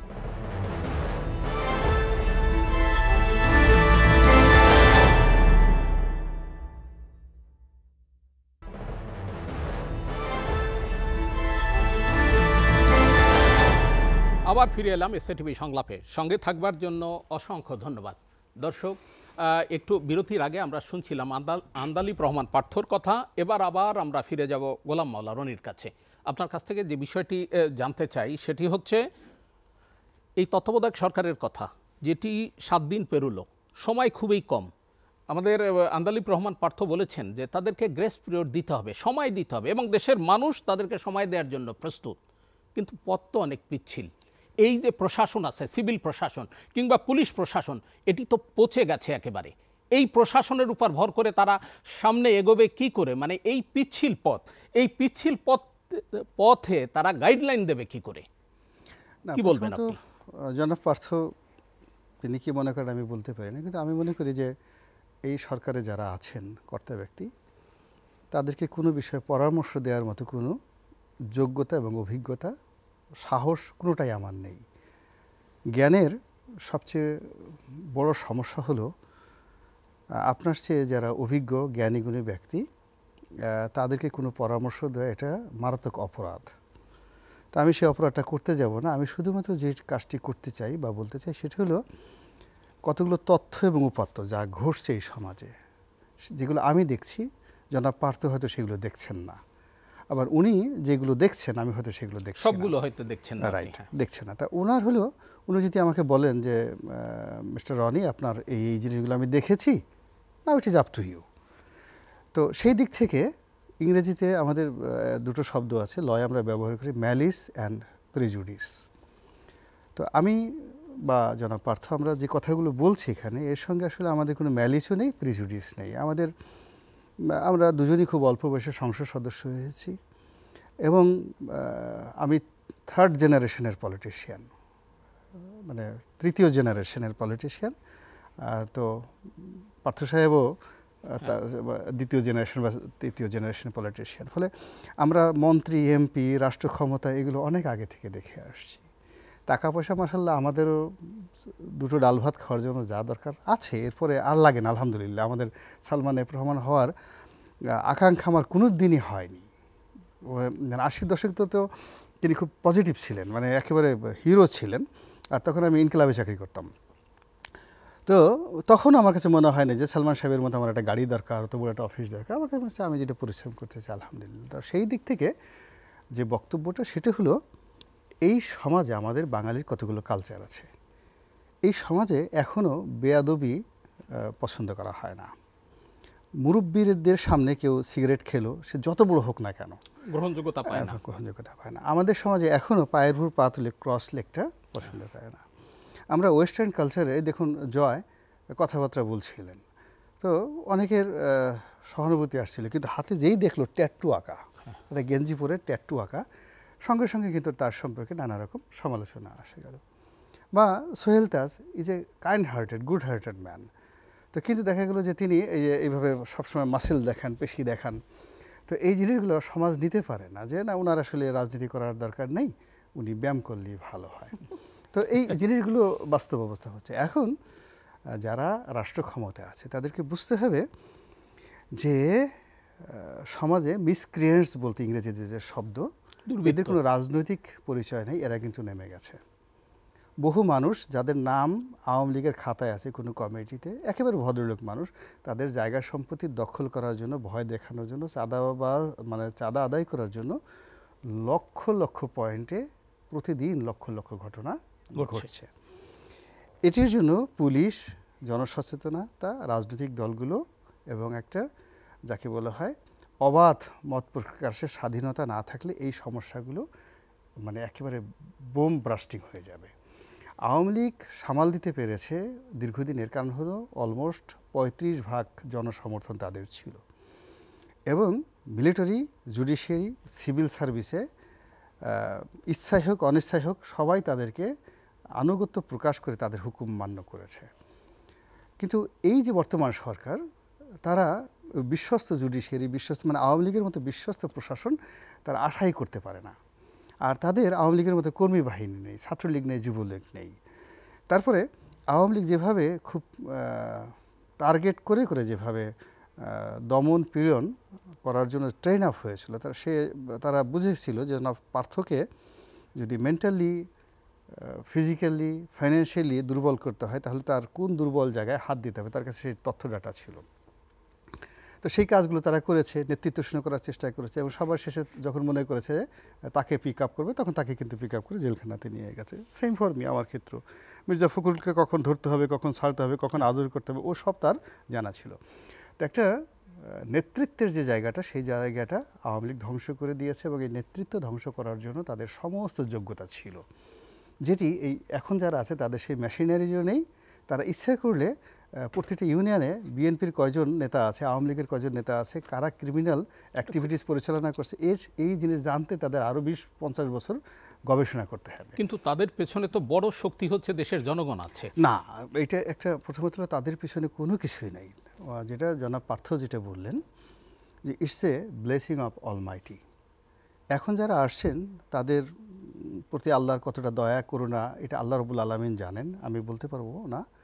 তবে যারা ক্ষমতা থেকে চলে গেছেন তারা মানুষের অভিশাপে চলে গেছেন, দুর্বিষহ অভিশাপ, বোবা কান্না, যেটাকে আপনাকে আমরা বলি যে দুটো শব্দ আছে, একটা হলো মজলুম, মানে ক্ষমতাধর লোকজনের অত্যাচারে যখন মানুষ অসহায় হয়ে পড়ে এবং আল্লাহ ছাড়া কোনো উপায় থাকে না, ফিজিক্যালি আপনি টর্চার করলেন, এটিকে বলা হয় মজলুম।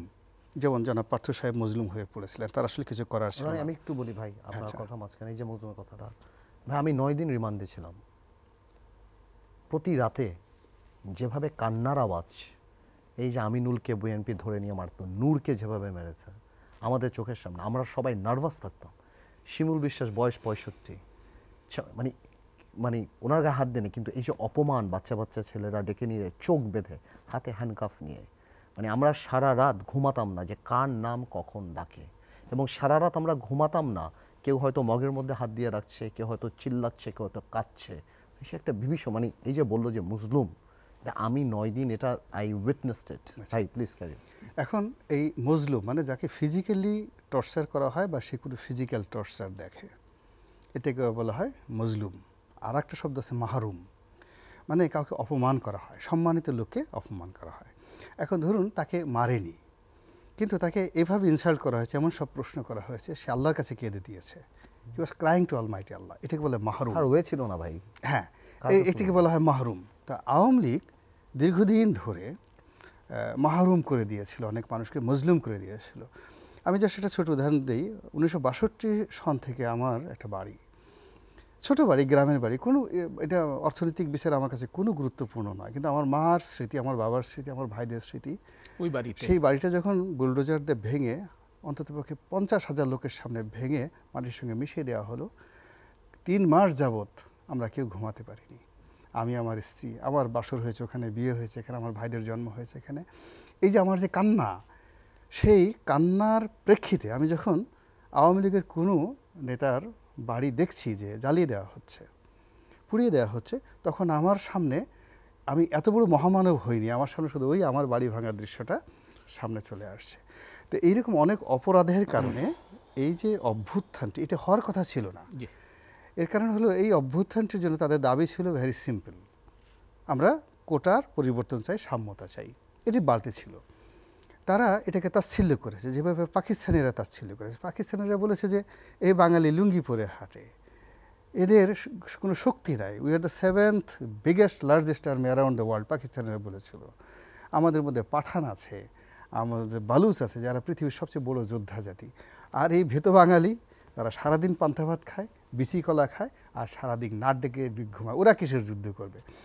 এবং সেই তাচ্ছিল্যের জবাব আল্লাহ রাব্বুল আলামিন এই বাংলার মাটিতে যেভাবে দিয়েছেন, ওটা যদি 9 মাস হয়, এখানে 9 দিনও নয়, ঠিক আমার মনে হয় যে 2-3 ঘন্টার মধ্যে। আমি তো জনাব পার্থ তখন জেলে ছিলেন, 5 তারিখের কথা বলবেন। হ্যাঁ, 5 তারিখে আমি বাইরে ছিলাম। আমি বাসা থেকে বের হয়েছি 10টা থেকে 12টা পর্যন্ত আমি ঢাকা শহরে দেখেছি। আমি একটা জায়গাতে জনগণ দেখিনি, কোনো লোকজন ছিল না। এবং আই ওয়াজ অ্যাবাউট টু, আমাকে গুলি করার মতো পর্যায়ে, আমি রিক্সায় করে যাচ্ছি, দূর থেকে পুলিশ, প্রচণ্ড বৃষ্টি হচ্ছে, সারা শরীর ভিজে গেছে। মানে আমার ভাগ্য ভালো যে সামনে থেকে একটা আর্মির গাড়ি যাচ্ছিল, যদি তা না হতো আমাকে গুলি করে দিত, এত অ্যাঙ্গার ছিল পুলিশের। তো যাই হোক, হঠাৎ করে এই 1টার পর থেকে খবর আসা শুরু করলো, এখান থেকে লোক আসছে, ওখানে মিছিল হচ্ছে, যা কিছু হচ্ছে, এবং 3টার মধ্যে গণ অভ্যুত্থান। তাহলে আপনি চিন্তা করুন যে আমার দৃষ্টিতে 2 ঘন্টার মধ্যে, অনলি 2 ঘন্টার মধ্যে গণ অভ্যুত্থান হয়েছে। এরপরে দেখুন গণভবনে যে দৃশ্য আমরা দেখেছি, তারা দুপুরে খাবেন, এই জন্য শাহী খাবার প্রস্তুত হয়েছে, সেই বুফে খাবার, সেই বিভিন্ন সে রাজস্বিক যারা বাবুর্চি তারা রান্না করেছে, কত পদের খাবার, মুরগির রান, পোলাও, কুরমা, রোস্ট, কত কিছু রান্না হয়েছে, এবং সবাই মিলেমিশে খাবেন। তারা সেগুলো মুখে দিতে পারেননি, তারা সেখান থেকে সব পালিয়ে গেছেন, এবং সব কিছু গরম টাটকা, মনে হয় এইমাত্র চুলা থেকে নামিয়ে টেবিলে রেখেছে। আর ওই খাবারগুলো অভ্যুত্থানকারী ওরা কোনোদিন ভাবে নাই যে ওদের জন্য গণ অভ্যুত্থানের এই যারা আছে তাদের জন্য রান্না করা জিনিস, একদম গরম গরম সেই খাবারগুলো তারা খেয়েছে। তো এই যে জিনিসগুলো, যে এই আল্লাহ রাব্বুল আলামিন এই পৃথিবীতে যে কত কিছু ঘটান, এই শিক্ষাটা আপনি এখন পর্যন্ত, আমি যদি ভবিষ্যতে, আমার জানি না আমার ভাগ্যে রাজনীতি করার কোনো বা ভবিষ্যতে কোনো রাজনৈতিক পদ পদবি পোর্টফোলিও আমার তকদিরে আছে কিনা আমি জানি না, কিন্তু বিশ্বাস করেন আমার যখন আমি মনে করি একজন এমপি, একজন মন্ত্রী, একজন প্রধানমন্ত্রী আমাকে বানানো হবে, এবং এই যে এরকম একটা বিভৎস পরিণতি আমার কপালে আসবে। এখন একজন আওয়ামী লীগের লোকজন নেই যার অন্তরে ভয় নেই। একজন খুব অনেস্ট আওয়ামী লীগ নেতা আমাকে টেলিফোন করলেন, আমি জানা মতে A to Z অনেস্ট। তা আমি বললাম যে আপনি ঠিক আছেন? তো বলে যে তোমার কি মনে হয় আমি কি ঠিক থাকবো? তাই আমি বললাম যে আপনি তো অনেস্ট মানুষ, আপনার তো ঠিক থাকা উচিত। বলেন আমি ঠিক আছি বলে সে ফোন রাখছে। রাখার পরে একটু পরে আবার ফোন করছে, ফোন করে বলে যে আমি আসলে তখন আসল কথাটা বলতে পারিনি, তোমার ভাবি আমাকে বলছে তোমার সাথে ফোনে কথা বলার জন্য, I might have some problem, তাহলে আমি যেন তোমার সাহায্য চাই, এই জন্য তোমার ভাবি বলছে। তো তুমি আমাকে এমনভাবে সম্মান করছিলে, আমার যে সমস্যা, আমি যে ভয় পাচ্ছি, এই কথাটা আমি বলতে পারিনি। তো এই কথা শোনার পরে আমার আজ মনে হলো যে আজ যদি আমি আওয়ামী লীগের, আমাকে অনেকে 2014 থেকে সবাই বলেছে যে you have done a huge mistake. তুমি শেখ হাসিনার খুব ঘনিষ্ঠ জন ছিলে, শেখ রেহানা তোমাকে পছন্দ করতো, জয় মানে জয়কে তো সবাই মামা সার সুর বলে, টেরিবল অবস্থা। খুব অল্প লোক আওয়ামী লীগের মধ্যে জয়কে তুমি তুমি করে বলতো এবং জয় একসেপ্ট করতো সেই জিনিস, তার মধ্যে আমি একজন। তো আমার এইরকম একটা সময় ববি এরা মানে মনে করতে যায় আমি তাদের বড় ভাইয়ের মতো, এবং আমার ভক্তরা আজ পার্থ যেভাবে আমার ভক্ত, ঠিক ওরকম ববি জয়েরও আমার ভক্ত। না, আমি তো বেশি ভক্ত। আচ্ছা, ওই টোটাল পরিবারটা, শেখ হাসিনা মানে ওনাকে জাহাঙ্গীর কবির নানক তাদেরকে বলতেন যে রনি আজকে যে লেখা লিখেছে যাও পত্রিকা পড়ে আসো, তারপরে আমার সাথে কথা বলো, আজকে যে রনির লেখা পড়েছো, এই বড় লোক তারা আবার দৌড়ে আমার কাছে চলে আসতে, তারা জাহাঙ্গীর কবির নানক পড়ার অভ্যাস নাই। মান্নান সাহেব, যে কালা মান্নান, খুব মানে ডেয়ারিং লোক ছিলেন, কালা মান্নান, বগুড়ার কালা মান্নান, খুব বড় নেতা। এবং সেই এরা এত অহংকারী, এরা মানে অন্য এমপিদের সালামও নিতেন না, এত বড় অহংকারী। বাহাউদ্দিন নাসিম সাহেবের মতো। তো কালাম মান্নানকে একদিন প্রধান, এদিকে আসো, আজকে যে রনি লিখছে বাংলাদেশ প্রতিনিধি পড়ছো, তো ডরের ছোটে বলছে যে আচ্ছা মানে আমার একটা কথা বলো, তোমার ভাই এত পছন্দ করে আমারে পছন্দ করলো না কেন? আজ এনিওয়ে এটা আমি এটা আবার আমাদেরকে এখন যেটা আছে আমি এটা পরবর্তী পর্বে বলবো। এরপরও আপনি ছাড়লেন কেন দল? আচ্ছা যাক, এনিওয়ে আমি বলতেছি। তো ওইভাবে কালাম মান্নান সাহেবকে যে প্রধানমন্ত্রী যাইতেছে, এই আজকে রনি লেখাটা পড়ছো, তো বলতেছে যে জি আপা পড়ছি। তো বলে আসো আমার এখানে আসো, বলে প্রধানমন্ত্রী দৌড়ে এসে আমার কাছে আসছে, বলে আমি তো ডরের ছুটে বলছি তোমার লেখা পড়ছি, কিন্তু আমি তো আসলে পড়ি নাই, কি লিখছো? তা আমি বললাম যে শেখ কামালের ব্যাংক ডাকাতি নিয়ে ইতিহাসটা লিখছি, এই কাহিনী। ও মাই গড! এখন তারপরে সে জেনে প্রধানমন্ত্রীর কাছে গেল। তো এরকম ওবায়দুল কাদের সাহেবের মতো মানুষ আমার হাত ধরে এইভাবে বলছে, হ্যাঁ যাবো, হাত ধরে বলছে রনি প্রধানমন্ত্রী তোমার টক শো দেখেন, তো তুমি আমার ব্যাপারে মাঝে মধ্যে বইলো। তো এখন এই যে সম্পর্কের কারণে সবাই আমাকে টিটকারি করতো যে তোমার এইরকম একটা অবস্থা ছিল, তুমি আওয়ামী লীগ ছেড়ে কেন গেলা, তুমি তো মন্ত্রী হতা, প্রধানমন্ত্রী হতা, মানে মন্ত্রী হতা, বড় এমপি হতা, বড় পোর্টফোলিও পেতা। তা আমার আসলে 2014 সাল থেকে কখনোই মনে হয়নি, ইভেন পার্থর সঙ্গে আমার একান্ত আলাপ আলোচনা হয়েছে, আমার কখনো আমি নিজের ফ্রাস্ট্রেশন ব্যাখ্যা করিনি। আজকের এই ঘটনা দেখার পরে আমার কাছে মনে হয় যে আল্লাহ আমার প্রতি কতটা দয়া করেছেন, কতটা আজ আমাকে এখানে আমি আসতে পারলাম না। এই হলো আমার বক্তব্য। অসংখ্য ধন্যবাদ। আন্দালিব রহমান। না, আমি এই কথা লাইনে আমি একটা কথা বলি, আমি একটু অন্যভাবে চিন্তা করি। দেখুন, আজ আপনি যে বললেন আওয়ামী লীগের এত লক্ষ লক্ষ নেতাকর্মী রেখে চলে গিয়েছে, সাবেক প্রধানমন্ত্রী চলে গেছে, ইভেন অনেক আত্মীয় স্বজন রেখে চলে গিয়েছে। আসলে ইসলামে একটা কথা বলে কি, আপনি যখন শিরকি করবেন না, আল্লাহ মানব পূজা করবেন, তখন ওনাকে দিয়েই আল্লাহ আপনার ক্ষতি করিয়ে দেবে। এটা রাজনীতির বাইরে। এটা একটু রনি বলে দেবেন যে প্রধানমন্ত্রীকে ওবায়দুল কাদেরের বলতে হচ্ছে রনিকে তার ব্যাপারে কথা বলার জন্য, মানে everyone's position is so weak, এবং এইটা মানব পূজনীয় এমন পর্যায়ে চলে গেছে সব জায়গায়, আত্মীয় স্বজন এখানে ওখানে, যে আপা যা বলেছে, আপা ইজ ইম্পসিবল, আপা ওলি আল্লাহ, আপা যা করবে তাই হয়ে যাবে।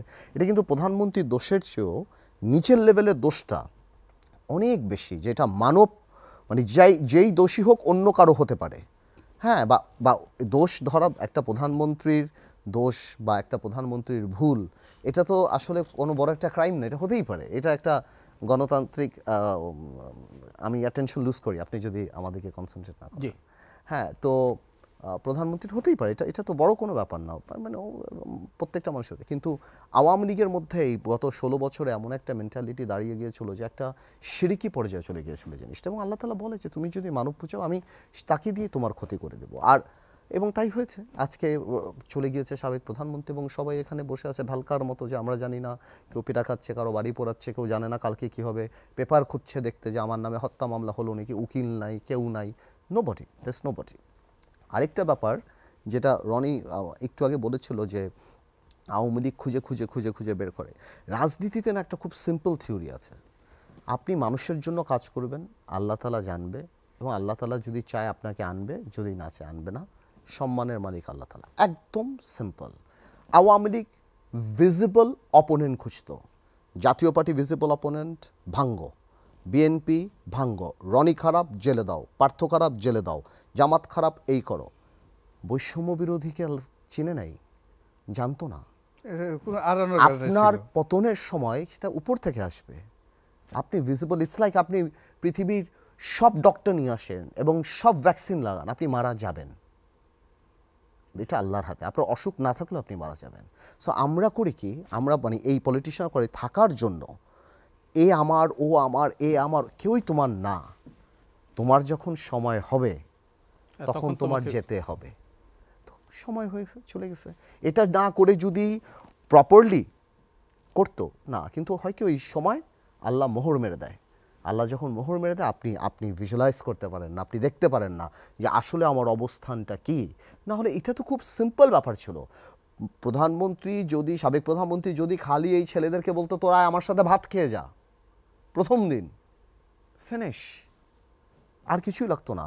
দাবি দাবা মানার পরই 6 জনকে উঠে নিয়ে যেতে হলো, আবার মারতে হলো, আবার ডিবি অফিসে দিতে হলো, আবার স্টেটমেন্ট দিতে হলো, আবার স্টেটমেন্ট দিতে হলো, বিপরীতে আবার ওনার বিরুদ্ধে স্টেটমেন্ট দিতে হলো। এটা দরকারই ছিল না। তাই বললাম না যে এই ভিজিবল খপ্পরে পড়ে গেছে। এই যে ভিজিবল যে জিনিসটা থাকে না মানুষের, যে আমি মনে করি একে থামালে আমি বাঁচবো, একে থামালে আমি বাঁচবো, আমি সব ম্যানেজমেন্ট করবো না ভাই।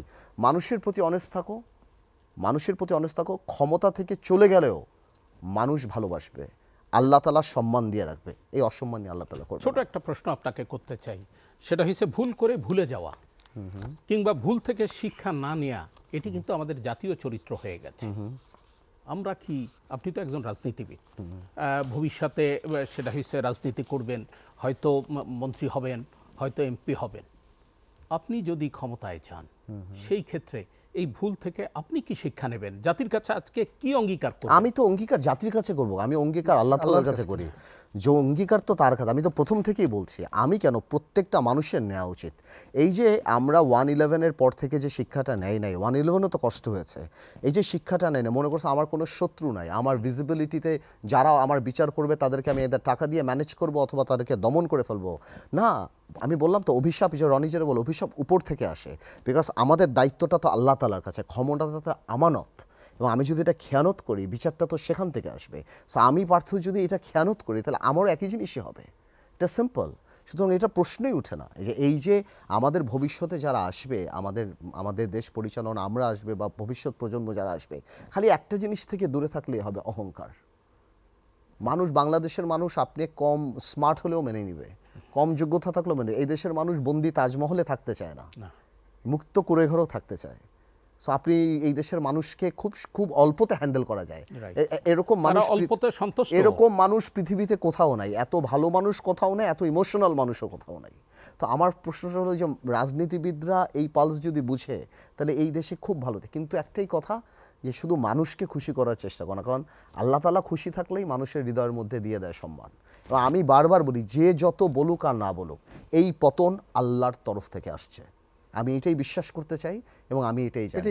এইটা কোনোভাবেও কোনো রাজনৈতিক অ্যানালাইসিস যেই বলুক, আমেরিকা, এইটা ইংল্যান্ড, কোনোভাবেই নয়। আল্লাহ তাআলা এই বৈষম্য বিরোধী ছাত্র আন্দোলনের মাধ্যমে এই জাতিকে একটা শিক্ষা দিয়েছে।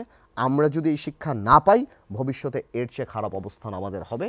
আর আমরা যদি শিক্ষা পাই, তাহলে আলহামদুলিল্লাহ এই দেশকে আমরা সুন্দর বাংলাদেশ বানিয়ে ফেলব। আমাদের এই আলোচনা চলবে, কিন্তু সবশেষ বিরতিটি নিয়ে আবার ফিরতে চাই। সুপ্রিয় দর্শক, আপনারা দেখছেন এসএটিভি সংলাপ। নিচ্ছি শেষ বিরতি, সঙ্গেই থাকুন।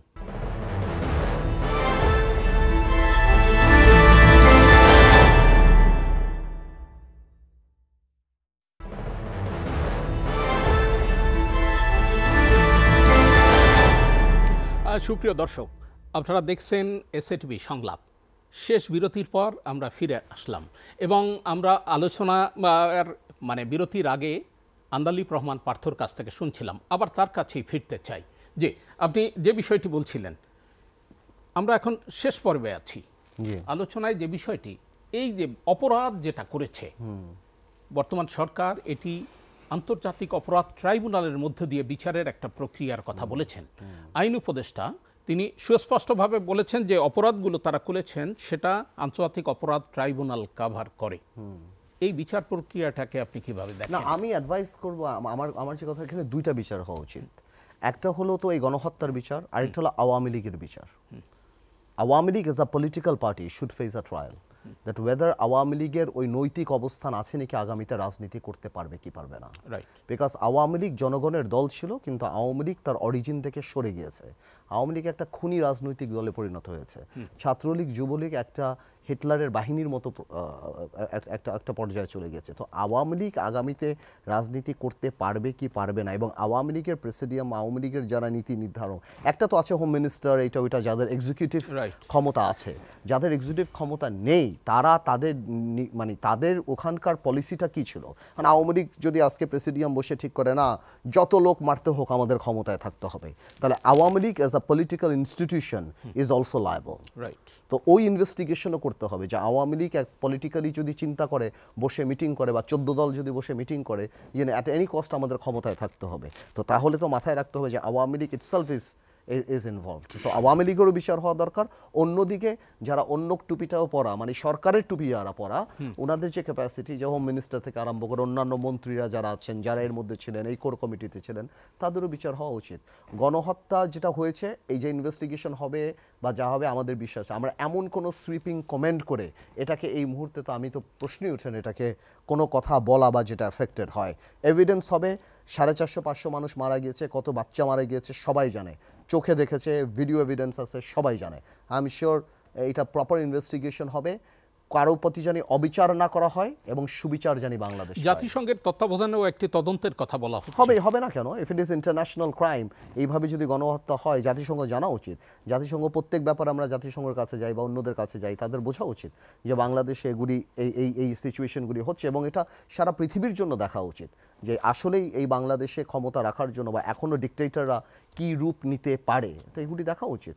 এটা তো আসলে ওয়ার্ল্ড হিস্ট্রির পার্ট হয়ে যাবে। এই যেই ঘটনা ঘটেছে এটা কোনো স্বাভাবিক ডিফিট কিন্তু না, এটা ওয়ার্ল্ড হিস্ট্রির পার্ট থাকবে। এবং ইদি আমিনদের মতো মানুষ, ইদি আমিন, সাদাম হোসেন, এরকম মানুষ এটাকে মানুষ এটাকে উদাহরণস্বরূপ দেখবে এক সময় মানুষ, এবং এটাই সত্যি কথা। সো আমি মনে করি এই বিচারটা আওয়ামী লীগেরও বিচার হওয়া উচিত আলাদাভাবে, এবং যারা এই গণহত্যার সাথে যুক্ত, এবং অ্যাট দ্য সেম টাইম যারা নির্দোষ তাদের জানি, তাদের মোরাল বিচার হতে পারে যে এরকম একটা বাজে রাজনৈতিক দলকে নৈতিকভাবে তুমি কীভাবে সাপোর্ট, কিন্তু মোরাল রং তো আর রং না, মানে এভাবে না, মানে আপনি তো it's not a crime in the eyes of the law. তো সেই ক্ষেত্রে সেটা আলাদা। আর অনিয়ম দুর্নীতি যারা করেছে এইটা তো খুবই ইম্পর্টেন্ট। অনিয়ম দুর্নীতি যারা করেছে, যারা করাপশন করেছে, প্রত্যেকটা এমপি তারা যে কাজগুলি তাদের এলাকায় করেছে, যারা ব্যাংক লুট করেছে, ব্যবসা করেছে, নানক, শামীম ওসমান, এরা ওরা এইটা ওইটা, যে ব্যবসা বাণিজ্য, ব্যাংক খাওয়া, এটা যারা 5 টাকার মালিক ছিল না, 5,000 কোটি টাকা মালিক, এগুলি তো খুব ইজি, হলফনামা বের করেন না, তাই তো আপনি দেখতে পাবেন, বাকি ইনভেস্টিগেশন করেন না। আমার মনে হয় এই জিনিসগুলি করা উচিত এবং এই জিনিসগুলি ধরা উচিত। এবং এদের গত 15 বছরে, এটা রনি আজকে একটা স্ট্যাটাসও দিয়েছিল, আমি দেখেছি, আমি আগে বলেছি, এদের সম্পত্তি বাজেয়াপ্ত করতে হবে, এবং যারা মারা গিয়েছে তাদেরকে এইখানে অ্যাপার্টমেন্ট বানিয়ে তাদেরকে অ্যাকোমোডেট করা দরকার, আর বাকিটা সরকার দেওয়া দরকার। এই যে পূর্বাচলে প্লট, এইখানে এইটা ওইটা, বিনা ভোটে এমপি, বেতন নেওয়া, গাড়ি নেওয়া, এই সব জিনিসগুলি বাজেয়াপ্ত করে দেওয়া উচিত।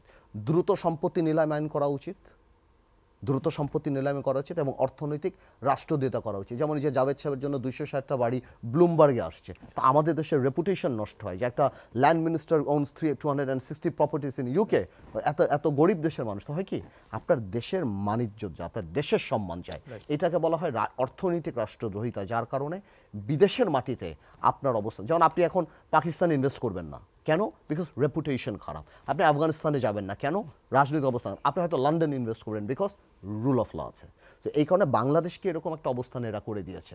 তা আমার মনে হয় 100% ডিপার্টমেন্ট আলাদা করে দেওয়া উচিত, দুদককে ভালো করে দেওয়া উচিত, এবং আমি মনে করি ওনাদের একটা জায়গা খোলা উচিত যেখানে মানুষের কাছে অনেক ইনফরমেশন আছে, সেই ইনফরমেশনগুলি আমরা দিতে পারি এই সরকারকে সহযোগিতা করার জন্য। অসংখ্য ধন্যবাদ। আপনার কাছে আবার ফিরবো। গোলাম মাওলা রনি, এই বিষয়ের উপরে, এই গণহত্যা, এই যে আন্দালিব রহমান পার্থ যে বিষয়টি বললেন, আওয়ামী লীগের বিচার হওয়া উচিত, গণহত্যার বিচার হওয়া উচিত, এবং দুর্নীতি অনিয়মের তো বটেই, আপনি কি বলবেন? মানে আমি সাধারণত তার সঙ্গে দ্বিমত করি না, কিন্তু শুধু আওয়ামী লীগের বিচার করা হবে এই বিষয়টা দ্বিমত করি। এর কারণ হলো যে বঙ্গবন্ধু স্বাধীনতার পর জামাত নিষিদ্ধ করেছিলেন, এবং এটা কত বড় একটা ভুল সিদ্ধান্ত ছিল, যেটি 76 সনে জামাতের যে উদ্ভব, অর্থাৎ স্বাধীনতা পূর্ব সময় যে জামাত যে অবস্থা ছিল তার চেয়ে অনেক অনেক শক্তি নিয়ে 76 সনে জামাতের উদ্ভব, এটা আওয়ামী লীগকে মারাত্মক বিপদে পড়েছিল। এরপর বিভিন্ন সময় রাষ্ট্র ক্ষমতা ব্যবহার করে, রাজনৈতিক ক্ষমতা ব্যবহার করে, পলিটিক্যাল আইডিওলজি সম্পন্ন যাদের আইডিওলজি আছে সেটা আসলে কখনোই নিষিদ্ধ করা যায় না কোনো আইনের দ্বারা। তো এদেশের মানুষ যারা আওয়ামী লীগ করে এদের সংখ্যা 35%। তো এই 35% লোকের নেতৃত্ব পরিবর্তন হতে পারে, আইনের কাঠামোতে হতে পারে, সব লোককে ফাঁসিতে লটকানো হতে পারে যারা অপরাধী আছে, কিন্তু এটা রাজনৈতিক দলকে নিষিদ্ধ করাটা, এটা আমি ব্যক্তিগতভাবে এটা সমর্থন করি না। এই হলো এক। 2 নম্বর হলো আন্তর্জাতিক আদালতে যে মামলাগুলো হয় এটার একটা সাধারণ নেচার রয়েছে, অর্থাৎ আমাদের দেশের যে গণহত্যা, এই গণহত্যা যদি আন্তর্জাতিক কোনো একটা দেশের কোনো শাসককে বা অন্য একটা জনপদে এই ধরনের অপরাধ কর্মে উদ্বুদ্ধ যেন না করে, এই জন্য ইন্টারন্যাশনালি এইরকম বিচার করার একটা বিধান রয়েছে। তো সেক্ষেত্রে আমাদের এই বাংলাদেশে গত 15 বছরে যে সকল অপরাধ রাষ্ট্রকে ব্যবহার করে করা হয়েছে, যেমন আয়নাঘরের বিষয়টা চিন্তা করেন। এখন আয়নাঘরের যে সেন্সেশনটা আছে বা যারা এর সাথে জড়িত, এটি আমাদের লোকাল মানে যাকে বলে স্থানীয় বিচার ব্যবস্থা এটা করা খুবই ঝুঁকিপূর্ণ একটা বিষয়। কিন্তু যখনই এই আয়নাঘরের বিষয়টি ইন্টারন্যাশনাল কোর্ট অফ জাস্টিসে চলে যাবে, হেগে চলে যাবে, মুহূর্তের মধ্যে এই সংক্রান্ত আয়নাঘর বাংলাদেশে আর দ্বিতীয় সেটা যে কোনো বাহিনী কখনো সাহস পাবে না। এই যে কথাগুলো আমরা এখানে বাংলাদেশে বলতে পারি না, টিল নাও এখনও আমরা ডিবি নিয়ে কথা বলতে পারছি না, টিল আমরা এখনও ডিজিএফআই নিয়ে কথা বলতে পারছি না। কিন্তু যখন এই অপরাধগুলো, আপনার গ্রেনেড 21 আগস্টের গ্রেনেড হামলা, আপনি এই সময়ের যত অপরাধগুলো আছে, এগুলো সবই যদি এই আন্তর্জাতিক আদালতে চলে যায়, যাওয়ার পর ওই ধরনের ঘটনা কখনো হবে না যেখানে রাষ্ট্রীয় মেশিনারিজ ব্যবহার করে কোনো একটা বিশেষ political party, political group, vested গ্রুপকে সেখানে ক্ষমতা রাখার জন্য রাষ্ট্রীয় প্রতিষ্ঠানগুলো যেখানে ইনভেস্ট করে, কাজ করে। আপনি এই যে আয়নাঘর, আমি মানে কল্পনাই করতে পারি যে ছবিগুলো আমরা দেখছি, এরকম কোনো অমানবিক দৃশ্য হতে পারে।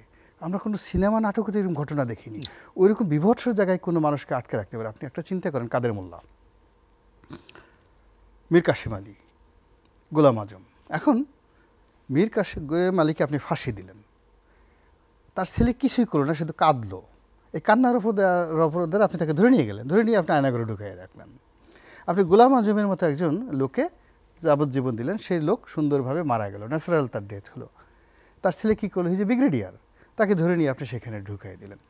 এখন এই ঘটনাগুলো একটা আপনি চিন্তা করেন, আমাদের সেনাবাহিনীকে ব্যবহার করে, সেনাবাহিনীর গোয়েন্দা সংস্থাকে ব্যবহার করে, এই যে পলিটিক্যাল যারা ব্লান্ডার করে, পলিটিক্যাল যারা ক্রিমিনাল, এদেরকে আমি পলিটিক্যাল ক্রিমিনাল বলবো, এই ক্রিমিনালের সঙ্গে যারা অ্যাক্টিভিটিস হয় এদেরকে কিন্তু আমরা শিক্ষা দিতে পারি না। যেমন আমি যখন জেলে গেলাম, সেখানে গিয়ে আমি এনএসআই ডিজিকে দেখেছি বিএনপি জমানার জেল খাটছে, ডিজিএফআইয়ের ডিজিকে দেখেছি যে জেল খাটছে, কিন্তু এটা দেখে কিন্তু আকবর, তারপরে সে অন্যান্য যারা কিন্তু শিক্ষা নেয়নি। আবার এখন আপনি এই একজন আকবরকে দেন, বা ওই যে বিচারপতি এস কে সিনহাকে চড় মেরেছিল আরেকজন ডিজিএফআই ডিজি, কি যেন তার নাম, তাকে আপনি একটা শাস্তি দেন, সারা জীবন দেন, ও কাজ বন্ধ হবে না। কিন্তু যখনই এই সমস্ত মানে আয়নাঘরের বিষয়গুলো যখন আন্তর্জাতিক আদালতে চলে যাবে, এমনকি সাবেক প্রধানমন্ত্রী শেখ হাসিনার অনেকগুলো বিচার বাংলাদেশ হতে পারে, আবার অনেকগুলো বিচার আন্তর্জাতিক আদালতে হতে পারে। আমি মনে করি যদি বর্তমান সরকার এবং বর্তমান আইনমন্ত্রী এই কাজটি আন্তর্জাতিক আদালতে নিয়ে যেতে পারে, রাজনীতির ইতিহাসে, বাংলাদেশের ইতিহাসে তারা অমরত্ব লাভ করবেন, বিকজ ওটা একটা সিস্টেমে দাঁড়িয়ে যাবে। তৃতীয় বিশ্বেগুলোতে ওই যেমন ইদি আমিনের কথা তিনি বললেন, এখন ইদি আমিনের পতনের পরে সেখানে এরকমভাবে আন্তর্জাতিক চাপগুলো ছিল, এখনও সেখানে স্বৈরশাসন আছে, এবং ইদি আমিনের চেয়ে আরও বিখ্যাত সিলভিও মুসোভিনি। কিন্তু ইদি আমিন যে অপরাধগুলো করেছে সেই অপরাধ কিন্তু সেখানে এখন আর কেউ করতে পারছে না, বিকজ ইন্টারন্যাশনাল এজেন্সিগুলো অত্যন্ত শক্তিশালী। দেখুন বাংলাদেশের যে অভ্যন্তরীণ যে বিষয়গুলো আছে, একটা সময় র্যাব মনে করতো যে আমি এখানে, আমার এই অফিসের মধ্যে কেউ ঢুকতে পারবে না। সেনাবাহিনী মনে করতো যে আমার এখানে কাউকে ঢুকিয়ে নিয়ে সিভিল সোসাইটি থেকে একজনকে ধরে নিয়ে আমি কান্ট্রির মধ্যে ঢুকে ফেললাম, এটা নিরাপদ, এখানে কেউ খোঁজ খবর রাখবে না। কিন্তু যেহেতু আয়নাঘরের এই বিষয়টি চলে আসছে, ডিবি অফিসে সে বললো যে ওখানে কেউ ঢুকতে পারবে না। এখন এই জিনিসগুলো যখন ইন্টারন্যাশনাল কোর্ট অফ জাস্টিসের কোনো একটা রায় থাকবে, নিয়মিতভাবে একটা কমিশন থাকবে, এবং সেই কমিশনগুলো কিন্তু এরকম স্পর্শকাতর জায়গাগুলো রেগুলার ভিজিট করবে, এই জায়গাগুলো যে নুরেমবার্গ ট্রায়াল হয়েছে, সেই ট্রায়ালের ভিত্তিতে এখনও পর্যন্ত কারাগার থেকে শুরু করে সব জায়গাতে কিন্তু ইন্টারন্যাশনাল কমিশন ভিজিট করে। তা আমিও চাই যে আমাদের কারাঘর থেকে শুরু করে নির্যাতনের যে সেলগুলো রয়েছে সব জায়গাগুলোতেও ভিজিট করার জন্য দেশীয় এবং আন্তর্জাতিক এরকম যদি ডোর ক্লোজ থাকে এইরকম আয়নাঘর তৈরি হবে না। কিন্তু যদি আমরা সেই ব্যবস্থাটা না করে শুধুমাত্র ইন্ডিভিজুয়াল একজন ব্যক্তিকে টার্গেট করে যে ঠিক আছে উনি একজন সচিব আছেন, উনি বেনজিরকে আমি শাস্তি দিলাম, তাহলে এই সমস্যা পার্মানেন্টলি সমাধান হবে না। পুলিশকে যদি আপনাকে মোটিভেট করে একটা ভালো জায়গাতে নিতে হয়, পুরো সিস্টেমটাকে পরিবর্তন করতে হবে এবং সেই সিস্টেম পরিবর্তন করার জন্য আমাদের জুডিশিয়ারি তার সঙ্গে সঙ্গে ইন্টারন্যাশনাল জুডিশিয়ারি এই দুটো যুগপৎভাবে কাজ করতে হবে। জি, অসংখ্য ধন্যবাদ। যারা পার্থ, আমরা আলোচনার একেবারে শেষ পর্যায়ে। না, আমি রনি ভাইয়ের কথা একটু আসি যে আওয়ামী লীগের যে ব্যান্ডের ব্যাপারটা, আমি কিন্তু ব্যান্ডের কথা বলি না, আমি সেই বিচারের কথা। ব্যান্ড হবে কি না হবে সেটা বিচারের ব্যাপার। এমনও তো হতে পারে সেই বিচারে আওয়ামী লীগকে দোষী করে আওয়ামী লীগকে ওরকম একটা কথা বলা যে ভাই তোমরা you have lost your identity. But Awami লীগকেও কিন্তু দল হিসাবে এই দায় দায়িত্ব নিতে হবে। হ্যাঁ, সরকার আর দল তো এক না, দল থেকে সরকার হয়। সো এই কারণে আমি বললাম যে ওই জিনিসটাও খুব ইম্পর্টেন্ট। আর আপনি যেটা কথা বলছেন, দেখুন হিউম্যান রাইটসের যে ব্যাপারগুলি যেটা অনেক বললো, এই যে বিচারগুলি, এটা তো আসলে মানসিকতার ব্যাপার। আমি কতখানি স্যাডিস্টিক না হলে আমি একটা মানুষকে আমি আমি আয়না ঘরে রাখতে পারি বা আমি তাকে মারতে পারি, একটা মেম্বার অফ পার্লামেন্টকে পেটাতে পারি, আমি মারতে পারি, এটা যার যার মানসিকতার ব্যাপার। আর আমি সব কথা লাস্ট কথা আমি বলবো, আমি জানি না সময় কতখানি আছে, না আরো একটু সময় আছে, আপনি বলেন। হ্যাঁ, তো আমার কাছে মনে হয় কি জানেন, আমাদের এখন ভালো মানুষের রাজনীতিতে আসা দরকার। আপনি পৃথিবীর কোনো সিস্টেম দিয়ে ভালো করতে পারবেন না যদি ভালো মানুষরা রাজনীতিতে না আসে। হ্যাঁ, আপনি ভালো ডিক্টেটর পেলেও country will be a happy country. আর আপনি পৃথিবীর যত ভালো অ্যাকাউন্টেবিলিটি দিয়ে দেন, কিন্তু ভালো মানুষ যদি না থাকে তাহলে কিন্তু সেই জায়গাগুলি নষ্ট করবে। ইংল্যান্ডের সিস্টেমও কিন্তু মার্গারেট থ্যাচার করাপ্টেড করেছিল, and she became an iron lady. যা বলতো সে নিজেই করতেন। আই মিন আমাদের মতো খারাপ ছিল না, বাট কম্পারেটিভলি বেশ খারাপ ছিল। তো আমার কথাটা হলো যে ওই জিনিসগুলি কিন্তু দরকার। আমাদের এখন উচিত ভালো মানুষগুলি পলিটিক্যালি সলভেন্ট না হলেও আমরা যারা মিডিওকার পলিটিশিয়ান আছি, আমাদের ভালো মানুষগুলিকে হেল্প করা উচিত, ওই জায়গাগুলিতে বসানো উচিত। এটাও মাথায় রাখতে হবে যে আপনি যদি ইতিহাসে যান, নেহেরু আর জিন্না যখন কংগ্রেসের কাজ ছিলেন তখন কিন্তু ওরা গান্ধীকে খুঁজে বের করে নিয়ে আসছিলেন। হ্যাঁ, যে সাউথ আফ্রিকাতে একটা ঘটনা ঘটেছিল, এরকম একজন লোক আছে, তাকে নিয়ে আসি, তার সাথে কথা বলি, এবং তার কাছে গিয়েছিলেন। তো আমার কথা হলো this is the right time politician hunt. যারা ভালো পলিটিক্স বা ভালো সমাজে ভালো মানুষ হিসাবে ভালো গ্রহণযোগ্য, কে ভালো কে খারাপ তো আল্লাহ তাআলা জানে, মানে আমরা সমাজে যারা গ্রহণযোগ্য তাদেরকে এনে আমরা ওই পলিটিক্যাল সিস্টেমটা ক্রিয়েট করি, তারা সামনে থাকুক। কারণ আমাদেরও তো একটা সময় যেতে যেতে অনেক সিও মার্কা ডিসিশন আমরা নিতে পারি না, বিকজ আমরা এত পলিটিক্যালি ইনভলভ যে আমরা ওই রুল অফ ল মাথায় রাখতে পারি না। আমাদের কাছে যখন কেউ আসে আমরা ওই কাজটা করে দিতে হয়। রনি যেটা বললো যে 100 টিয়ার আমাদের 1000 মানুষের মাথায় হাত দিয়ে দিতে হয়। হ্যাঁ, চা পানি মানে আমি যখন এমপি ছিলাম, আমার টিয়ার আসলে আমি নিজে দুঃখ করতাম যে আমার 10 লাখ টাকা নাই। হ্যাঁ, কারণ আমার নিজের, কারণ আমাদের হয়তো যাকে দিতে পারবো না, আমার ডেকে বসে ভাই তোরে দিতে পারলাম না, তুই 10,000 টাকা রাখ, ভাই তুই 5,000 টাকা রাখ। তো আমরা এগুলি ফেস করতাম। তো আমি সেটাই বলছি, এখন বাংলাদেশে দরকার ভালো ছেলেগুলির রাজনীতিতে আসা। ভালো ছেলেগুলির রাজনীতি এখন অ্যাটলিস্ট মারামারি হানাহানি তো আমরা দেখতে পাচ্ছি না। একটু কি বলবেন, সেটা হচ্ছে ছোট করে এই সরকারের অগ্রাধিকার কোন বিষয়টিতে হওয়া উচিত?